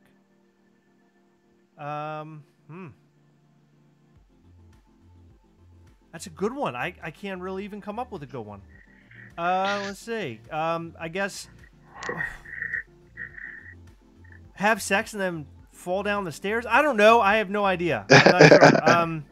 Have sex and then get a divorce. Is falling down the stairs normal, though? I wouldn't consider that normal. If you're falling down the stairs on a regular basis, but I mean, falling down the stairs is an abnormal activity. Listen, I have a weird leg. I just have to fall down the stairs. I have no choice. Yeah, two totally no. I like your answer, though, by the way. Your answer is fantastic. I couldn't have come up with a better answer myself. As I proved right here, live, I couldn't come up with a better answer than that. Those are tricky questions. It is very tricky questions. Heather usually chooses the better or funnier questions, not me, and that's been proven tonight. Time and time again. So, did you order and mystery boxes previously before you started this whole thing? I mean, oh yeah, like kind of to learn like what goes into the mystery box? Not at all. Just to buy a mystery box. You just order mystery boxes because you like them. Yeah, I don't order them as much now. I still will from time to time. I'm usually, dealing with so much with our stuff, and, you have more access owning a business, of course, and stuff like that. But I don't generally ever do it out of research. I don't like to, necessarily dive that far into. I don't want to necessarily be too influenced by what other people are doing. Sure. But sometimes I buy them just out of just, hey, let's have some fun, just like anybody else. And, that was the main, when I had the aha moment, it wasn't like I tried to like dissect it after that. I was still kind of approaching it as a consumer, I feel like, Right. And that's where like Kim came in to help with some of the framework and some of the, the LLC and the get this stuff together and, help, formulate a business. It's a lot different, being a business than being just a buy-sell trader in one of the Funko groups. You pay taxes, you do all this stuff. You have to have your ducks in a row in order for it to work. And you're budgeting money, taking pre-orders and, making sure that these things get to these people and stuff like that. And so, God, so much stress wrapped into that. It is. There's a lot of stress that goes into it. There's a lot of stress. There's a lot of hard work. And I mean, all these guys and gals and whatever that are, running good shops, like they work their ass off and deserve to be where they're at. I mean, at least from my experience of what I've done, I don't think that anyone can get anywhere as a small business in the Funko community without good deeds and hard work. Well, yeah, you definitely have to work hard. I mean, coming up with good mystery boxes is a good place to start. I mean, if you release one mystery box after the next that doesn't really have that great of content or selection, yeah, you might find yourself in a weird place. Yeah, and I think that's where the good deeds come in. I think that's where you know what you're doing, and you know what you need to what your goal is and what you need to make and stuff like that, and you don't need to exceed that. You don't need to get into it. Will only get you so far. We've all seen scammers in this community. We've all seen people screw people, sometimes for a lot of money, but they're done after that. This community takes care of itself, and it polices itself, and generally does a pretty good job. It's kind of hard to do, and the moles keep popping up, and the blah blah blah. But for the most part, we take care of each other. And those people that do those things are ultimately not going to be, the good companies of this community. They didn't get there doing that. I promise you that. Right. They got there delivering time and time again. We want to deliver. We want to give you mint pops. I mean, I wish you could hit the button and I could pop them into your microwave like the minute that you hit that purchase button. That's what I want. I want them in the mintest condition in the fastest way possible. And when you're building a business too, we're working towards that. We're working towards upping our, I haven't been thrilled with our turnaround on our mysteries. Sometimes we do them on a Friday, they ship on the next Monday or Tuesday or whatever. Like, we're always working to improve that, and we have lives and we have whatever's that we've got to do to, work around and get that done. But it's a focus, and it's a focus of all the good companies. I promise you. They're not sitting there saying, "What can I do to not be better for the consumer?" Right. Right. Yeah. No, They're sitting there. What can we do to make you happy? Yeah. And continue to make it fun, because we're talking about a company that literally puts on an event called Fun Days. Like, how can it get any more fun than that? And if you're backing a company like that, you're selling their product, there has to be fun to be had somewhere. And I think that the mystery box and of course the way that you pack your box and you put the duckies and all that stuff in there definitely adds to that fun vibe. That's what people are looking for. Yeah, and we do some of the LE box stuff. We've done a few of those where we put the customs in and we make shirts. And I mean, I'm huge on the creative stuff. If it was up to me, I would like to go, down the more, making my own identity, making my unique products, doing whatever. I love doing that stuff. I think it's really, really fun. And as for the mystery boxes, I know it's a big thing in Funko. I know that, other companies do them, but, we do our best to at least try to have our own community, our own flair, our own support, and yeah, just let loose a little bit and have a good time. Sure, yeah. I mean, that's what it's all about, though, is having a good time, right? Oh, Heather! Look who it is. Heather's here. Everybody's been asking for you. Really? Yeah, they do not want anything to do. They want nothing to do with me. They only want Heather. Everybody's like, "Where's Heather? Where's Heather?" Hi guys, I've been at work. Heather's been very busy tonight. That's what I was telling them. How busy you are. Yeah, I worked my butt off, but. Well, Heather just recently got into a new shop and has been very, very, very stressful. Especially being a part of having this wedding kind of intertwined and the big change. Well, the just a lot going on at one time. Stressful, right? And I have an extra 5-minute commute. Before I worked 8 minutes away from home, and now I work like 13 minutes away from home. So it sucks. Yeah. I forgot about the drive. Is a little bit different. I mean, not that that's horrible. I mean, of course, my drive is like 30 to 40 minutes sometimes, but Heather is like literally right around the corner. While you're here, since you showed up, I'm gonna stop by and make myself something to drink because my throat is parched. But I wanted to kind of get into it with him. We talked about his mystery boxes and things of that nature, but kind of want to know a little bit about what you're starting to do new with Smeyeworld. I did notice that you're pulling in and selling now. You're into the dunnies. I noticed a couple of dunnies popped up. So I was hoping you could explain a little bit of how, one, I'd like to know how you're selecting the items that you're going to put on your store and why. And I'll be right back. And you can tell all this to Heather, and then Heather can tell me. Oh, gosh. Okay. This is like a game of telephone. Yeah, the game of telephone. When okay, he gets so back, it's gonna be first wild. off, hey Heather, how's it going? Hi, how are you? Good to see you. You too. Anyways, okay, so I guess I'll tackle that. Yeah, we contacted Kid Robot, and actually, it's relatively hard for an online business our size to get a account with Kid Robot right now. They're kind of full on that, so to speak. And we said, oh, well, we really like your stuff, and we're doing this and this and this, and they gave us an account, and I think the reason why I went after that is I like creativity, I like what they do. I like the diversity. I like that they bring in artists. I like them as a company. I knew it wasn't going to just pop off like Funko, or I knew it wasn't going to be all of a sudden we're just, moving all these things. But I guess for me with the Kid Robot stuff and some of the other designer toy stuff that, maybe I'd eventually like to see, it's a personal aesthetic, I mean, I think it's important to just be yourself, even when it might not be the most financially viable choice, Yeah, I really dig their stuff. Did Chris tell you what we got in your last mystery box? Yeah, you got that flocked one, he said, with the blood knife. and the knife. He's really cool. I sort of want more.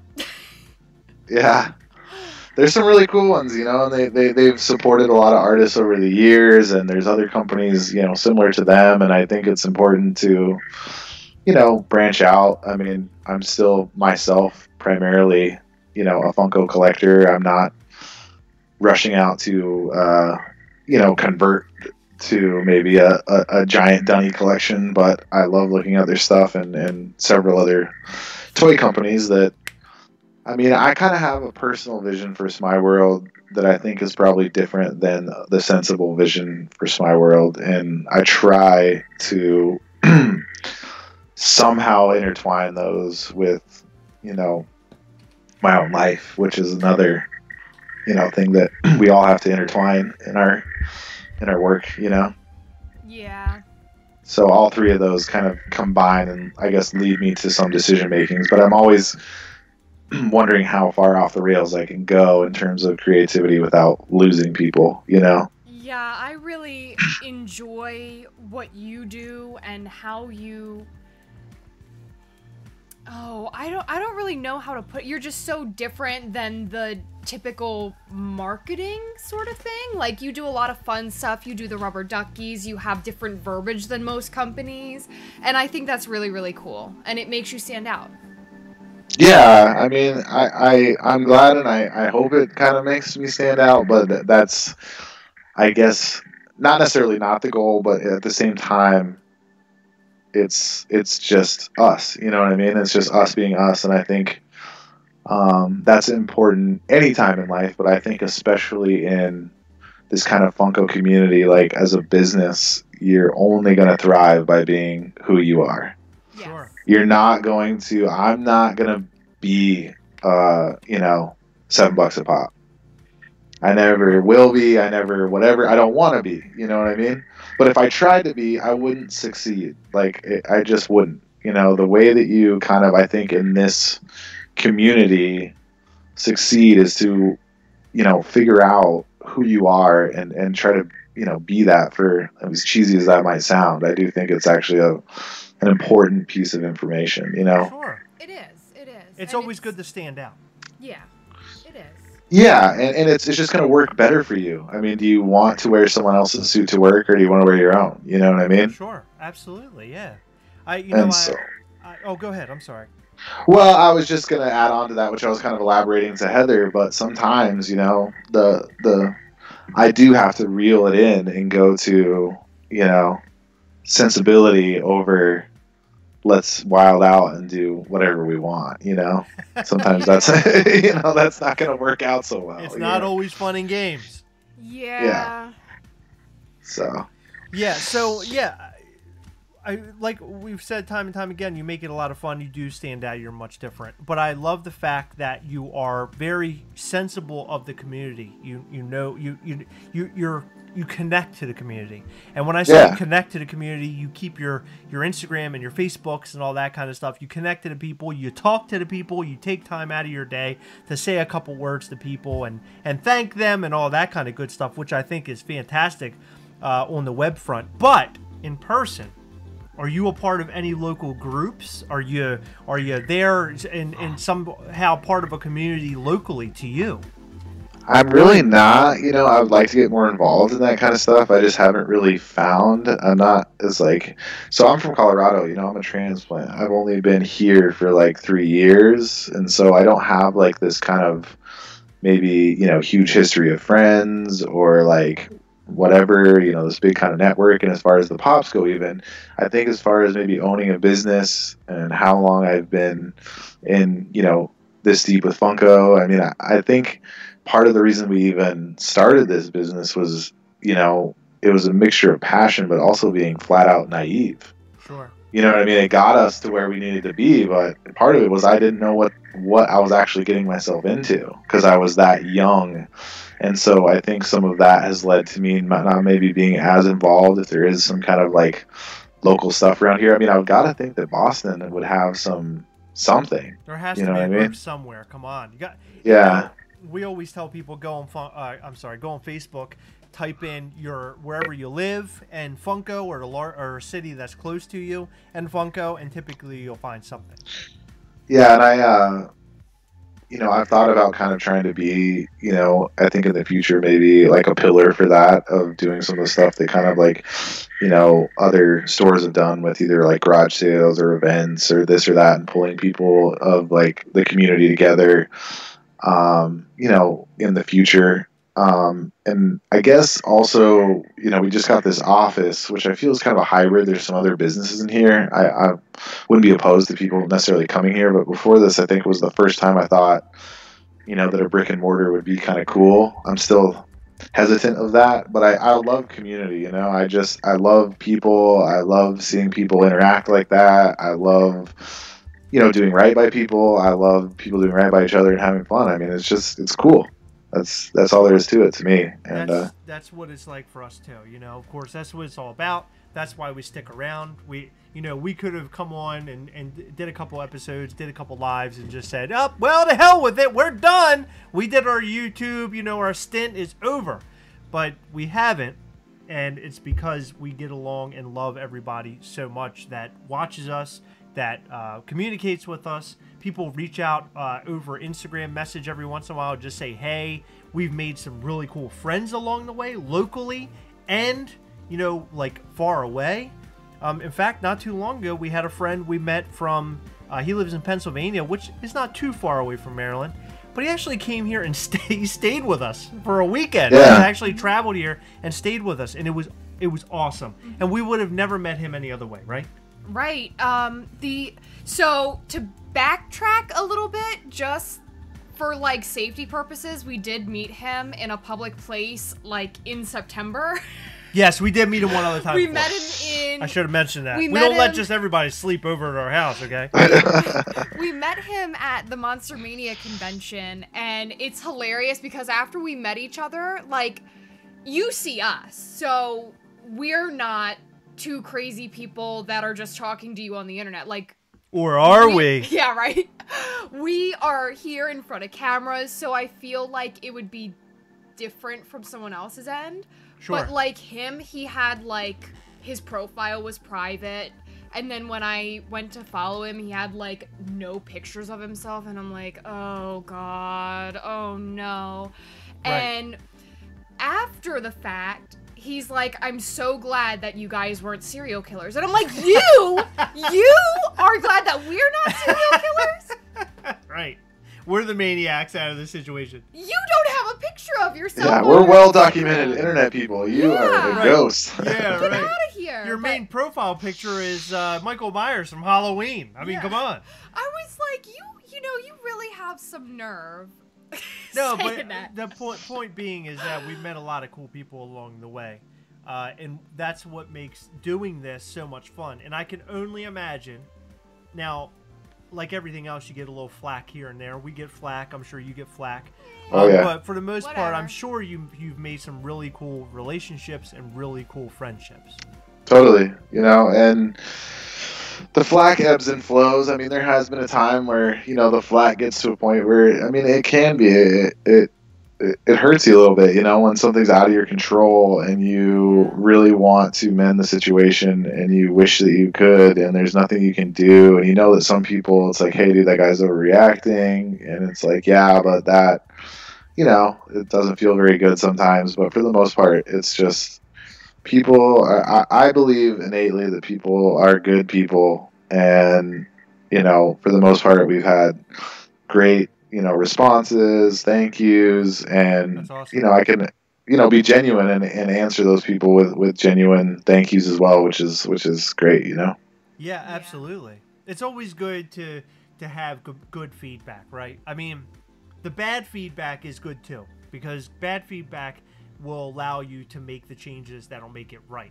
And not Well, even that's constructive feedback. Exactly. Bad feedback's a little different Yeah, than I got you. constructive Yeah, feedback. You're right. But there's always something good that comes with the bad. Even if it sucks and it's hurtful, it teaches you, even if there's nothing you can do, it teaches you patience and, maybe you could try reacting in different ways during different scenarios and Sure. sort of find that little, like, sweet spot that works, I guess. I couldn't agree. Oh yeah, no, I totally agree, and I also think a lot of times with like when you get someone who's really being negative, if you've done the right thing throughout it all, the community just comes to your aid. You don't even have to put up your shield or defend yourself or do anything. The people who do good business in this community, when someone says, hey, that person sucks, my order sucked, you know, there's 11 people commenting saying, really? Because I've purchased from them 27 times and I love it. You know what I mean? I've never gotten anything but good service, or they've never been anything but nice to me. And you don't even have to come and say, hey, look, dude, sorry, man, whatever. You know, the community does a good job of taking care of good people, I think. It really does. I always feel really upset when I see something negative or even like somewhat snarky on like someone, like if you had a post, for example, I would get upset if someone did anything sort of off color and popping off toys or $7 a pop. Like, I've dealt with all of those people personally, so Sure. I know it's not malicious from the companies, you know. I've never had Yeah, it's not like they got a pitchfork and they're like, oh yeah, you know, I sent you a damaged pop on purpose. Woo, you know what I mean? Like, victory is mine. You know, you hate me now. Sweet. Right. I just and tarnished my business. Yeah, well, and it's also we get stung by it because, I mean, this is how we, you know, some of, you know, it's like both Lee, Wes, Rachel, they've got children, they've got mortgages probably, they've got this, they've got that. Like, when you attack a small business, I'm all for if someone, you know, if someone's doing wrong by this community, if someone's doing whatever, legitimately repeatedly scamming, blah, blah, blah, for sure, let's take care of that. Let's deal with that. Let's come down. Let's, you know, but when you're bruising, you know, these people for no reason other than to be, you know, a jerk.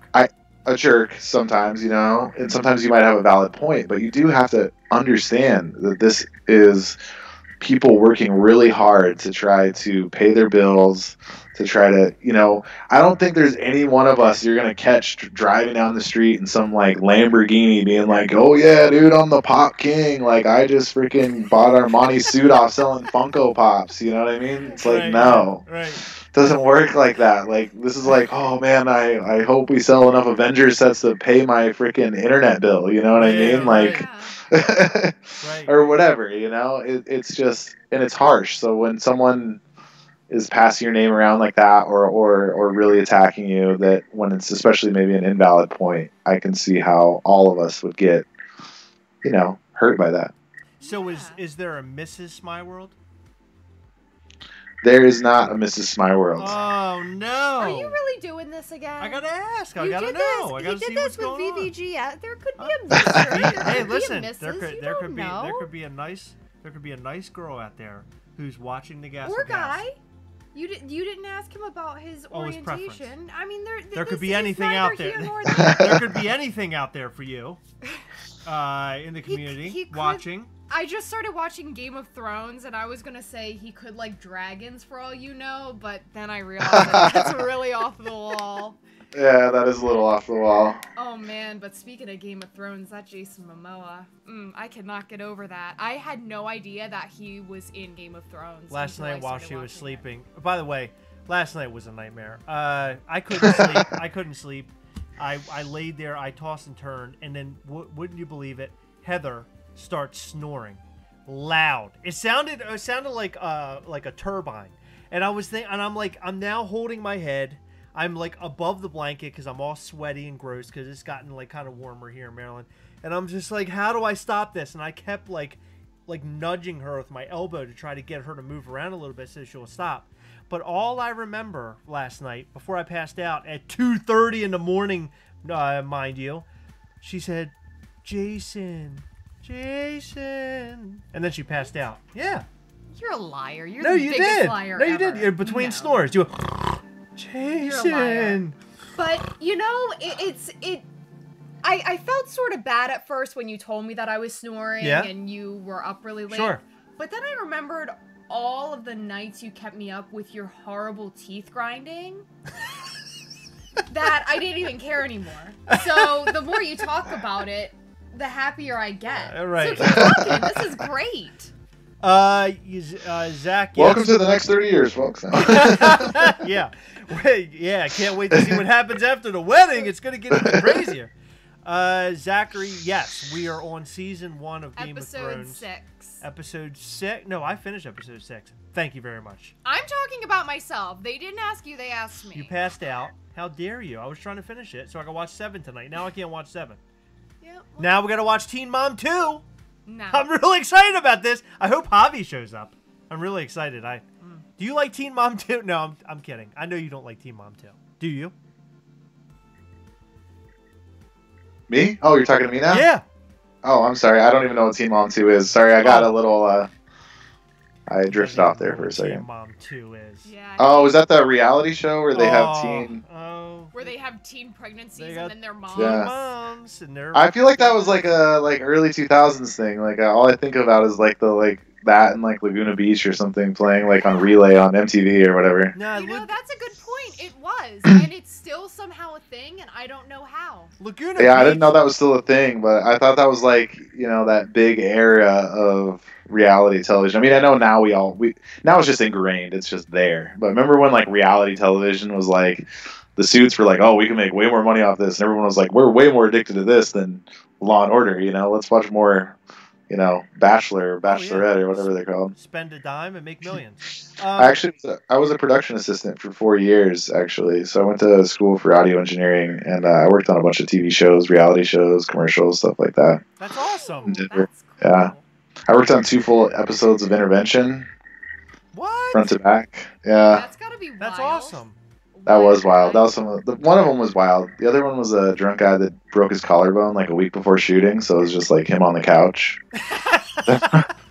talking into a camera for like a week drunk. This is all injured.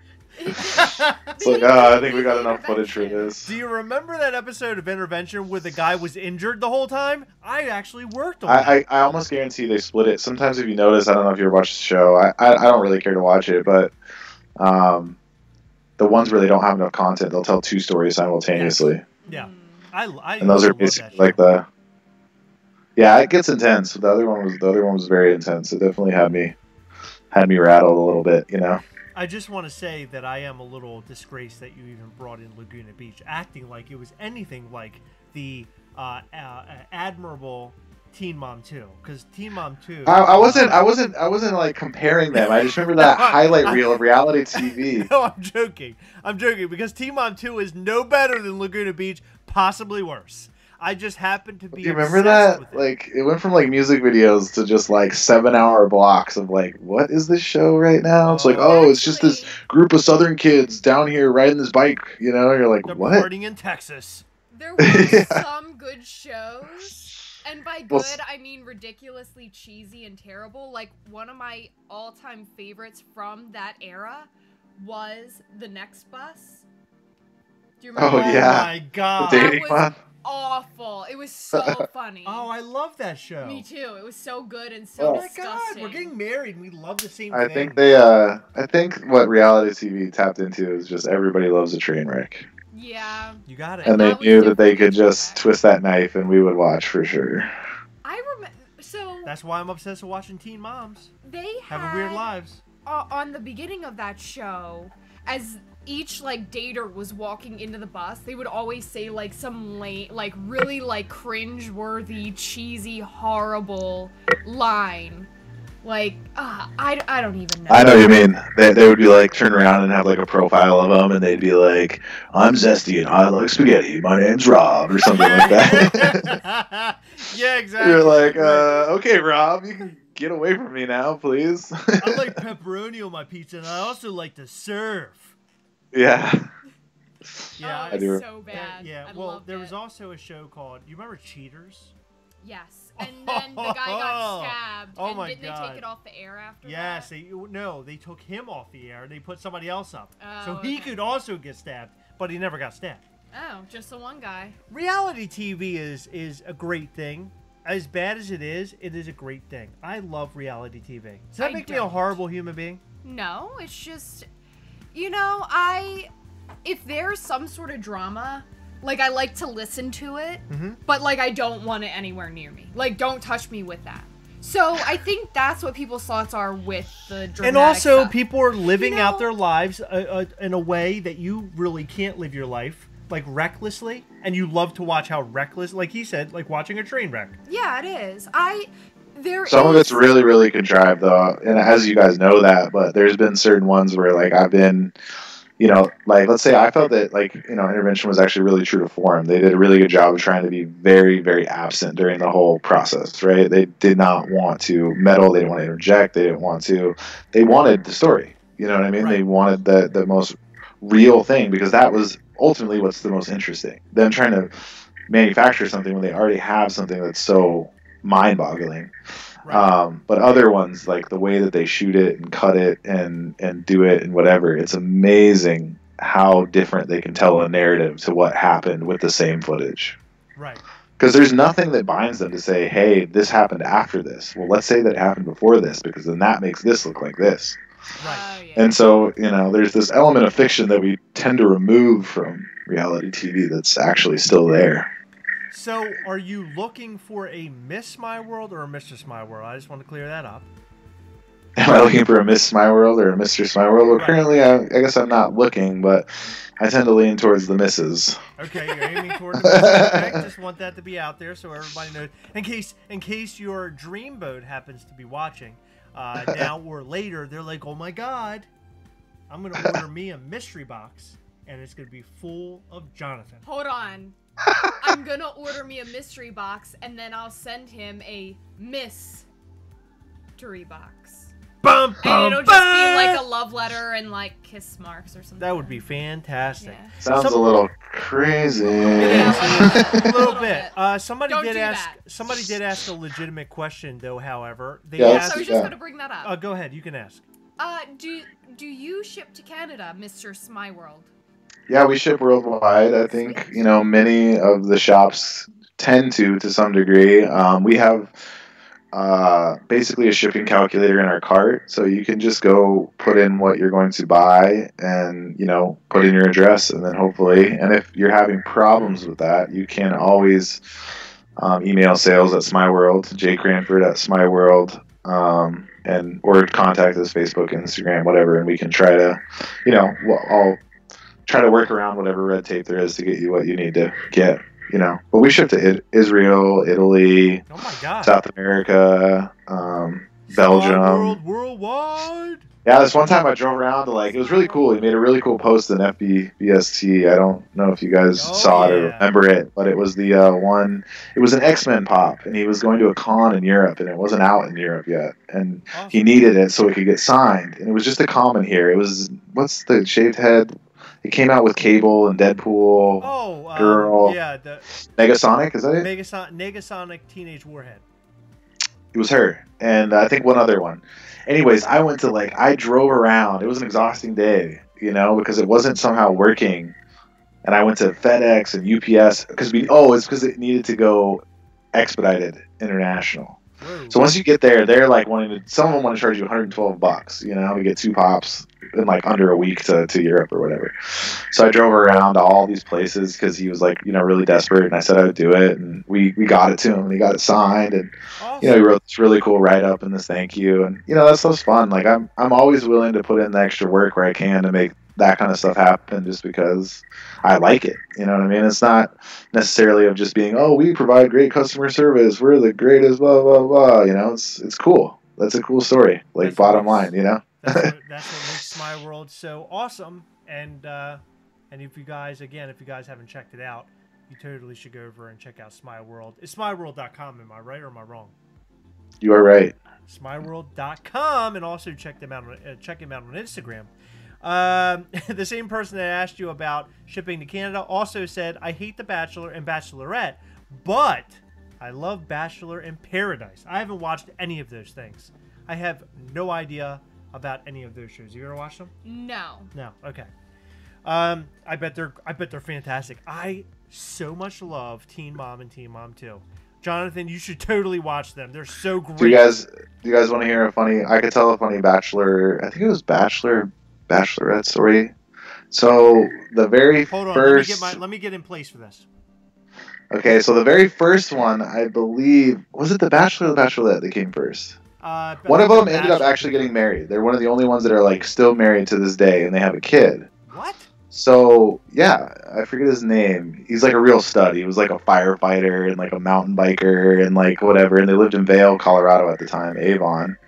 And so we were working on a film shoot, but it was for Channel E Entertainment, Oh, whatever. yeah, I remember E, with the exclamation. So there was like a child. I think he has his own show. No, he has a show in Holland, which was odd because he lived in the town. This guy was a psychic that lived in the town where my mom grew up and was born in Holland. Interesting. We didn't go through that, but so they had a kid that was having some problems, and the whole show was they're the bachelor married couple. They've got a kid that's like having problems. Bring in this child psychic that does all this weird stuff and tries like a pink Hummer or something. And pink Hummer. Yeah, so I was there for that, and that was kind of funny. So, anyways, that's an interesting story. Tidbit of reality television. Right. Well, the fact that you saw a pink Hummer, I think that's the greatest part of I had to park it. It was not very fun. Those things have terrible vision. I don't know why anyone would own one. Oh my god! Can you imagine if you crashed it? That would have been right. So how was your very first time on the Gastlecast, or actually, I think really on anything? Like I said before, you were kind of reluctant to do something like this, like about a year ago. But now, you're here, and you've been here for almost 2 hours. How do you feel? I feel fine. I mean, I hope you guys, whoever watched, or had some fun, and maybe some things came through or were communicated. I think it's it's nice to, I think people are curious, especially you're spending your money, you're spending your time, you're spending whatever. You might want to see something. So I hope some of that maybe got answered or cleared up, or and went well. But I think it was fun. Yeah, no, that's great. Well, I'm glad you had fun, because the way you had talked before, even before this live, you were kind of concernicus if you were going to come on and if it was going to pan out. But you literally had so much to say, and I enjoyed it so much to have you on. And I hope that in the future you're going to come back on and chat with us and hang out. Because it was brilliant to hang out and talk to you. And I do want to say that your mystery box is probably, and I'm going to go on record to saying this right now, your mystery box is probably my favorite mystery box to order. I do love popping off toys as well, and that's the very first one I'd ever heard of. But I really happen to love your mystery box. I think you do a brilliant job with it. I mentioned earlier that I love that when you open it, there's like that different colored paper there. Then there's like little like... If it's one of the... Right. Grand prizes, I guess you would call with the little stars. In fact, the other day, and the rubber duckies. Funny story. The other day, my son, his chore is to like vacuum around the house, and he goes, "Daddy, there's something all over the floor." I walked over. I swear, dude, it was the little stars from the Smeyeworld mystery box. Like, those are my confetti for my toy box. Put those away. I had carried some of the boxes from the basement up because we store a lot of those boxes, and apparently they were sticking around a little bit, and they were on the floor, and I was like, oh my god, it's my Smeyeworld mystery box. That's funny. But awesome. I think you do a brilliant job, and on top of it, bringing people on who have the different companies like Smeyeworld, and they're doing these mystery boxes, and they're running this Funko business. I have to say that it's really refreshing to talk to you and to see you here, in video in person, and see that you're such a really down to earth, awesome, nice guy. You're kind-hearted. You want to see people happy, which I think makes you very special and definitely stand out from a lot of these other businesses. I can't say enough good about you. I think you're doing a great job, and I can't wait to see what comes around the pike from Smeyeworld. Hey, same for you guys too. And I think it's important to humanize all of this. Whatever we're doing here, it's like in the ways that we can. And sometimes I maybe was apprehensive about being on camera or doing some of the stuff that maybe made me a little bit nervous. But I also feel like when I was even in the digital realm, I'm trying my best to kind of convey to people, hey, we're human beings and we're on the other side and we're here and we're doing what we're doing, and I think just like with what you guys are doing, it's sure. People, when they feel that it's, Chris and Heather doing the Gastlecast versus the Gastlecast, you know, that's a different story that kind of starts to tell a different narrative, and it's important to have that involved. You know what I mean? It's important that we, you know, somewhat, you know each other and care about each other outside of Smeyeworld or Gastlecast type stuff. Well, I gotta say, you did a great job. And should we give some stuff away? Is that yeah, you guys want to do that? Sure, of course. I think that's brilliant. Giveaways. I think know that's I was brilliant. walking into this. Cool. So here's what we can do. I don't know how you want to give this stuff away. I'm gonna leave. You know what? I'm gonna leave it to you. Well, how about this? You guys figure out a way to give it away, and you just send me an address, and I'll put it in the mail, and I'll mail it there. Okay. Does that work?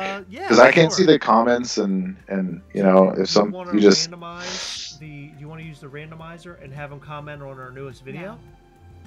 You don't yeah, it sounds. Let's do that.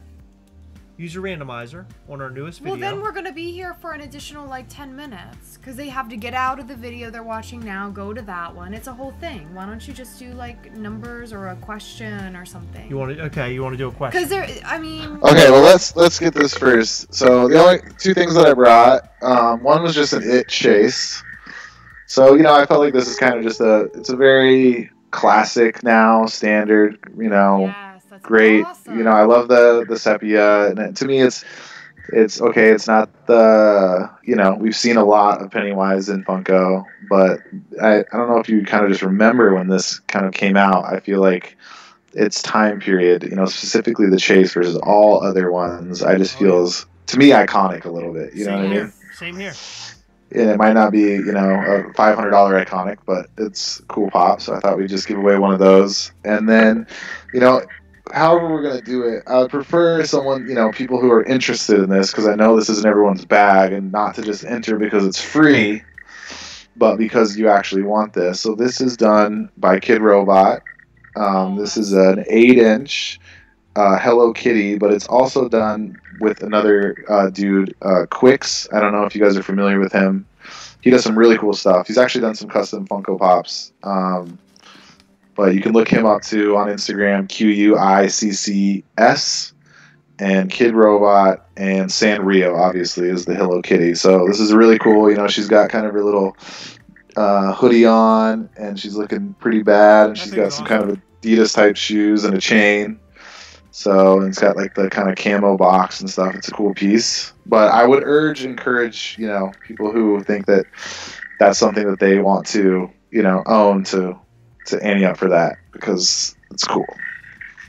So let's see. What's a good question to ask? Oh man, Heather, what's a good question to ask? I haven't been around for the whole interview. Okay, how about this? Go ahead. You guys? Someone has to say a vegetable, and you guys pick a letter, and the first person to say a vegetable that starts with that letter wins the Pennywise. C. No, you don't say the letter, bro. Oh. Okay. You hide the letter, and then the first person to say cucumber would have gotten the. I'm sorry. Okay, okay. Well, let's go fruit then instead. No. Okay. Yeah. No, is that not cool? What? Yeah, go fruit. Hold on. What? Okay, we'll do fruit. I thought the first person to come up with a vegetable that started with that. No, so like you would already write down S, and then if they said strawberry, then the ones that get it. But if they say blueberry, they didn't get it, and so then. I'm not real smart. All right, so it'll be the first Okay, so we're gonna. Don't say the letter. Don't say the letter. Yeah, we're gonna scrap the whole vegetable, and we're gonna go with fruit. So just name a bunch of fruit. And then we'll see if we can capture somebody who won. A letter. Yeah, Heather has written down a letter. So the first person to write. We'll do this one for the Pennywise and see how it goes. Right. Are you guys getting any fruits, or is everyone? Is it just? Yeah, we've got a bunch coming through. Spinach. that's not a fruit, LJ.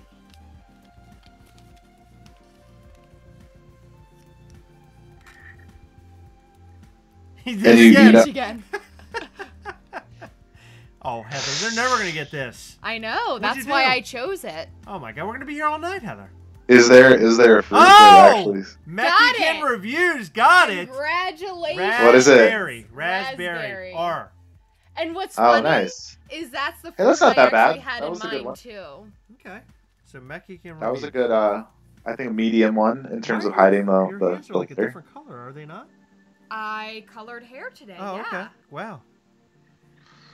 All right. So what's your next one? Broken Pikachu tail said Thanos. Okay, so what do we want to do for Sanrio? Do you want to play the same game with another category? Ooh, Yeah. that would be cool. Yeah, that's cool. What's the category? I got it. Let's I got see. this side.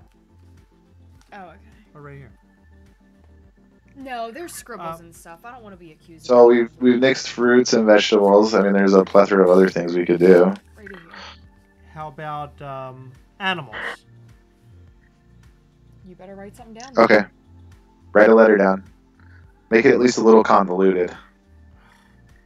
There's a lot of animals out there. Much more animals than. What animal are you even All thinking right, here we go. of? Here we go. I got it.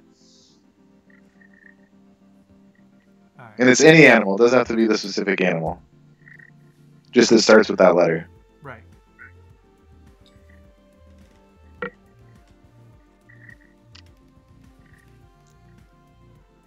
Okay.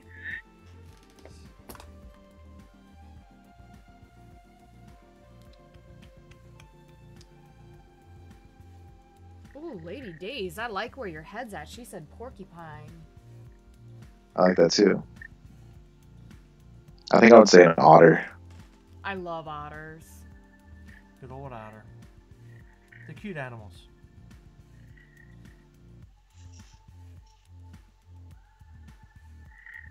Are you dancing to the music? Yeah. She's not dancing, she's vibing. She's almost jigging. I don't even know. Broken Pikachu tail said Chris. Oh my God! Dang, we've got Come on, probably you at got it. least Come on, 30 come on. Look how many and animals. It's got a not whole one zoo. Person. Got a whole zoo. Oh, here. we got more than a zoo. We got like the whole arc, aside from. Oh my No God! way! There's no way. No. Okay, Is we're gonna that go with the next one. possible? We're gonna go. So since, I What is a double win? I want to have two winners. Yeah. So Yeah, Mexican we gotta. Mexican Review said kangaroo first, but he had already won. So G-Boat's Pop Vinyl said kangaroo. So that's up to you.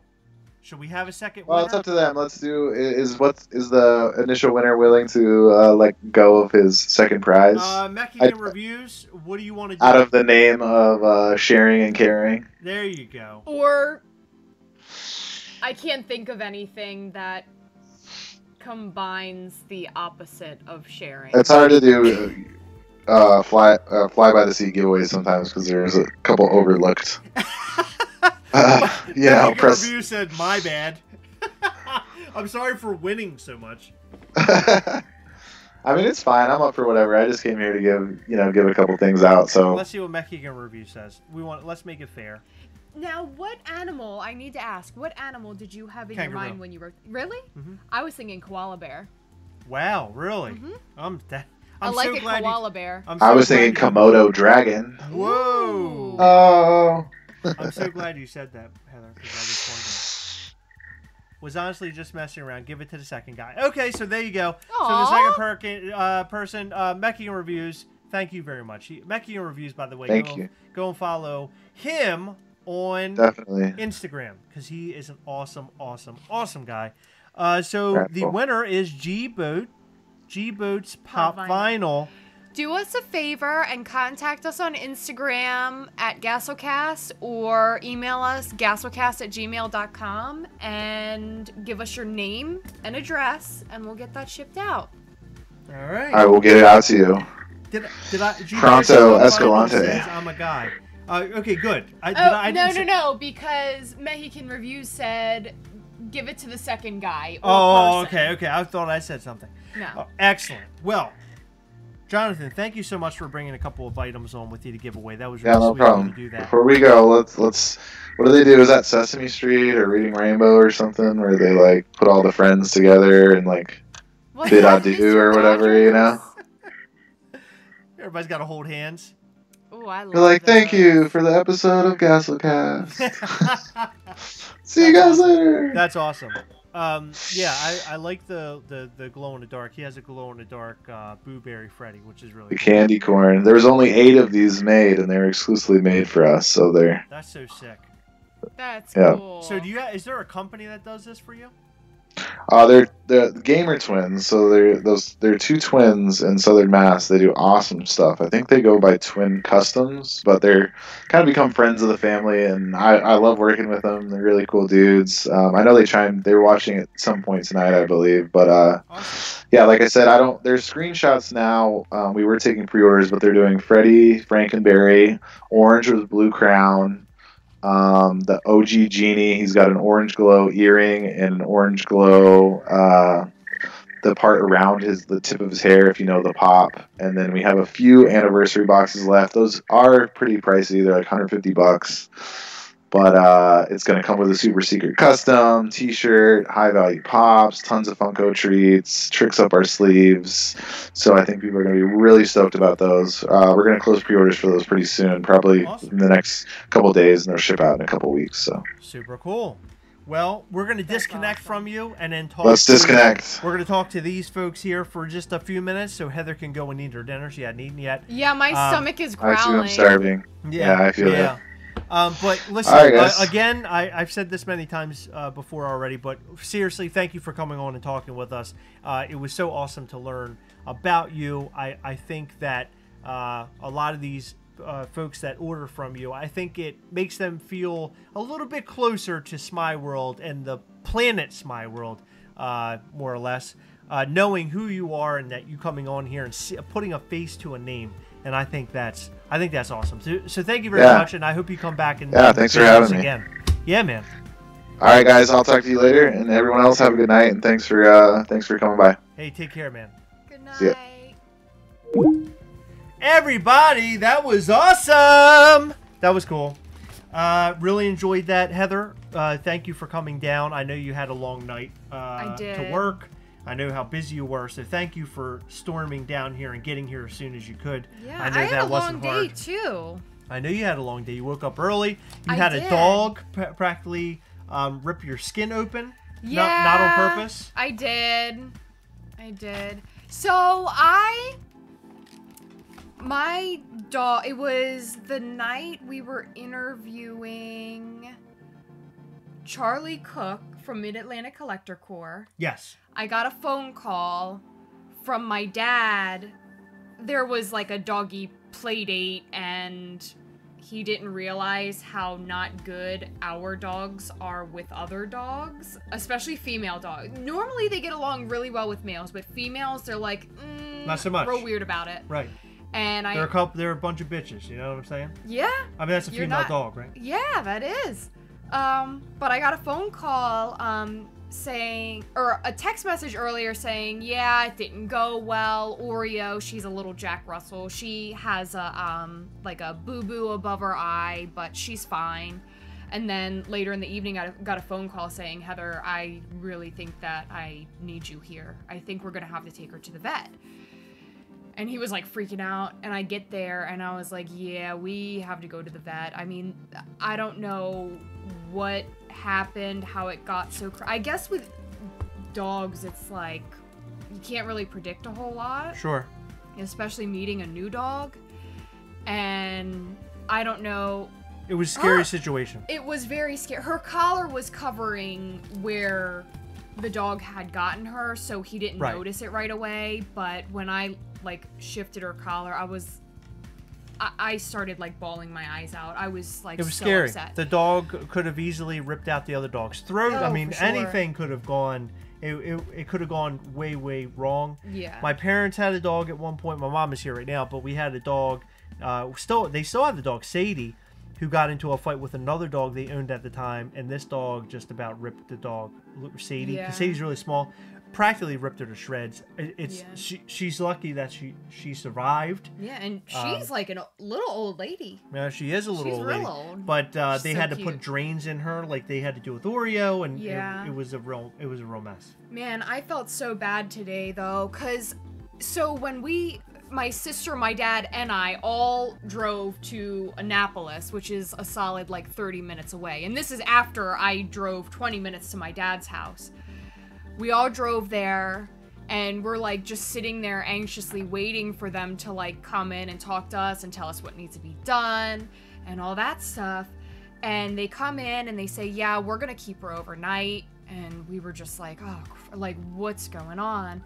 And they said, we just want to sedate her, and I can't do it at this current moment. Meaning there was something, like, her injuries weren't life-threatening, and there was something more important they needed to take care of, Sure, you know? sure. So that made me feel better when she said, I can't do it right now. Right. That's why they It's wanted not to too keep her bad. overnight. Right. But they were like, yeah, I just want to sedate her, look into her wounds, see how bad they are, see what we have to do. And they Right. put drains in and they stitched her up. And Good. she got her drains taken out last week sometime, but this week she had to get her stitches taken out. Felt so bad for her. She refused to go back to the room with the vet tech. So I had to pick her up, and she's a Jack Russell, but she is not light. She is like a Probably big wasn't real happy girl. about it either. And I'm carrying her back, and they showed me where they were going to take the stitches out. So I set her down. It was this table about maybe 4 feet off the ground, and I set her on top of it. And she, I mean, as soon as I set her down, she starts going like this at me, just trying to, oh my God, save me. Right. And I got, you probably can't see it too bad, right? Well, yeah, you can. Yeah, there's a big line there. Yeah, she sort of screwed me up a little bit and got my arm. She wasn't real happy about it. No, but she's okay. yeah, she's okay, She's and okay. her stitches are out. And I'm Good. so happy, but I felt so bad because she was like shaking and like so scared. Yeah. But luckily, it was an easy video and visit is what I was trying to say. I don't know why I Sure. was saying video. That's okay. It was an easy visit. Good. I was I'm there glad. for 20 minutes, and that was it. Good. Well, I'm glad that Oreo's okay. Everybody, let's give Oreo a round of applause. I don't think she needs a round of applause. For doing so well, coming through. Here, I'm put those applause up. For doing so well, coming through and surviving and being the cute little dog that she is. Now, what I do want to do is turn our attention and make it a little bit more on the positive side. Well, leaving that story is positive, of course. Yeah, she's great. Oddly enough, but like as bizarre as it can get, the winner of one of the prizes tonight will be live with us on Friday. G-Boats Pop Vinyl will be live with us on Friday at 8 p.m. We have to, if you're here, we have to link up and figure that whole thing out. Make sure you have Skype. You have Skype, a camera, and some A microphone. a microphone and all that, and we're good. You know what would be funny if someone didn't have a microphone, so we had to play like charades the whole time? We mimed. We'll just mime the whole time. It'll be miming. I don't know to mime. I'm not gonna act like I know what I'm doing. Miming. Anything else? Anything else? Anything else? Game of Thrones is awesome. Never thought I'd like it as much as I do, but I love it. Yeah, I'm dig really it. enjoying it. A lot. I don't know what I'm gonna do because I did see that Jason Momoa is only in 10 episodes, and I know there's been like don't wanna know about that. 300 episodes, so Don't want that. probably gonna stop watching it soon. Oh my I'm on god. episode 6, so I would imagine like 4 more episodes. I love it. I think it's great. It's fantastic, y'all. It's fun. I dig it. Me too. Me too, Heather. And then on Sunday, we'll be back here live to hang out with you. Blazing Pops, if you're here, I see Zach, you're down there. Maybe one of these nights, upcoming nights, we'll connect again and hang out because your channel is one of the channels I'd like to work with a little bit more and connect up and have fun because you guys are fun. We're couples. You guys are couples. We're couples. I think intertwining that, mixing it up is a lot of fun. Okay, because Heather yells at me a lot, and I'm wondering if you get yelled at a lot, Zach, too. Maybe we'll have something in common. I don't want to insult our friends, But I'm stupid. but men Oh, here we go. You know are what? generally more wrong than Oh right. my No, I'm just god. kidding. I'm just Oh kidding. my god, Heather. Oh my That's god. just a Chris thing. All right. So, final word, guys. We Wait, posted no! up. You didn't ask if I had a final word. What? Final word, not final Not word. my final word. Speak for Because yourself. we have another question. Your mom said that she can read lips. So from now on, when I see her, I'm not going to speak. I'm just going to move my lips in those words because I want to see how true that is. Okay. Mecking Reviews ask, going Star Wars Celebration hunting on Friday? No. I'm not a Star Wars Celebration, I'm not a Star Wars collector. However, I have a friend going to Star Wars Celebration. I asked him if he wins the lottery to pick up a couple things because we have a couple of friends who really want some stuff from that. I asked him to get me as many as the blue pops as he possibly can so I can help out a friend. And I would really personally like a blue Boba Fett just to say I had one because I think that would be super cool. That would be. We posted a new video tonight. I think it's hilarious. It was a lot of fun to make. It took me a long time to make it, so please, I'm begging you, go watch it, at least even if it's for a minute. Give us a like, leave us a comment. We appreciate all of your support. We do this because we love you guys, and we enjoy doing it, but we do it because we get such great feedback from all of you, and we have so much fun. Congratulations to the 2 winners tonight. It was a lot of fun. Smeyeworld.com is where you should be checking out right after you leave here. Well, actually, watch our video and then go to Smeyeworld.com, or vice versa. It doesn't matter to me. Go on Instagram, look up Smeyeworld there. Follow them, give them a follow because they are awesome. You're not going to want to miss out on that. Jonathan will be back. It's like the Avengers end credits. You know, it always says like Iron Man will return. Well, Jonathan from Smeyeworld will return. He'll be back with us again in the future. He's a great guy. We love him. If you see those mystery boxes pop up, I highly recommend that you order them. They are so much fun. And when you do, share with us what you pick up. Okay? Okay. Heather, any final words that you have to say for tonight? No, I did my final word. If we continue to have final words, okay, we're gonna keep saying goodbye. Guys, thank you. Now, this is your time. This is the time that you get for you. This is not about us. This is for you. Leave your comments that we hunt together, we whatever together, we Smeyeworld together, we mystery box together. During our outro, we'll take that photo and we'll post it on Instagram tonight, showing how much we love all of you. Thank you for tuning in. Thank you for watching. And I just want to remind all of you to be nice to each other. Have a good rest of your week. And we will see you on Friday. And I love you, Mom. Mommy. I love my mommy. She's so awesome. Thanks, Mom, for tuning in and being a part of the show. You are so, so cool. She is. We love you all. We're all together. Yes. Bye. Bye.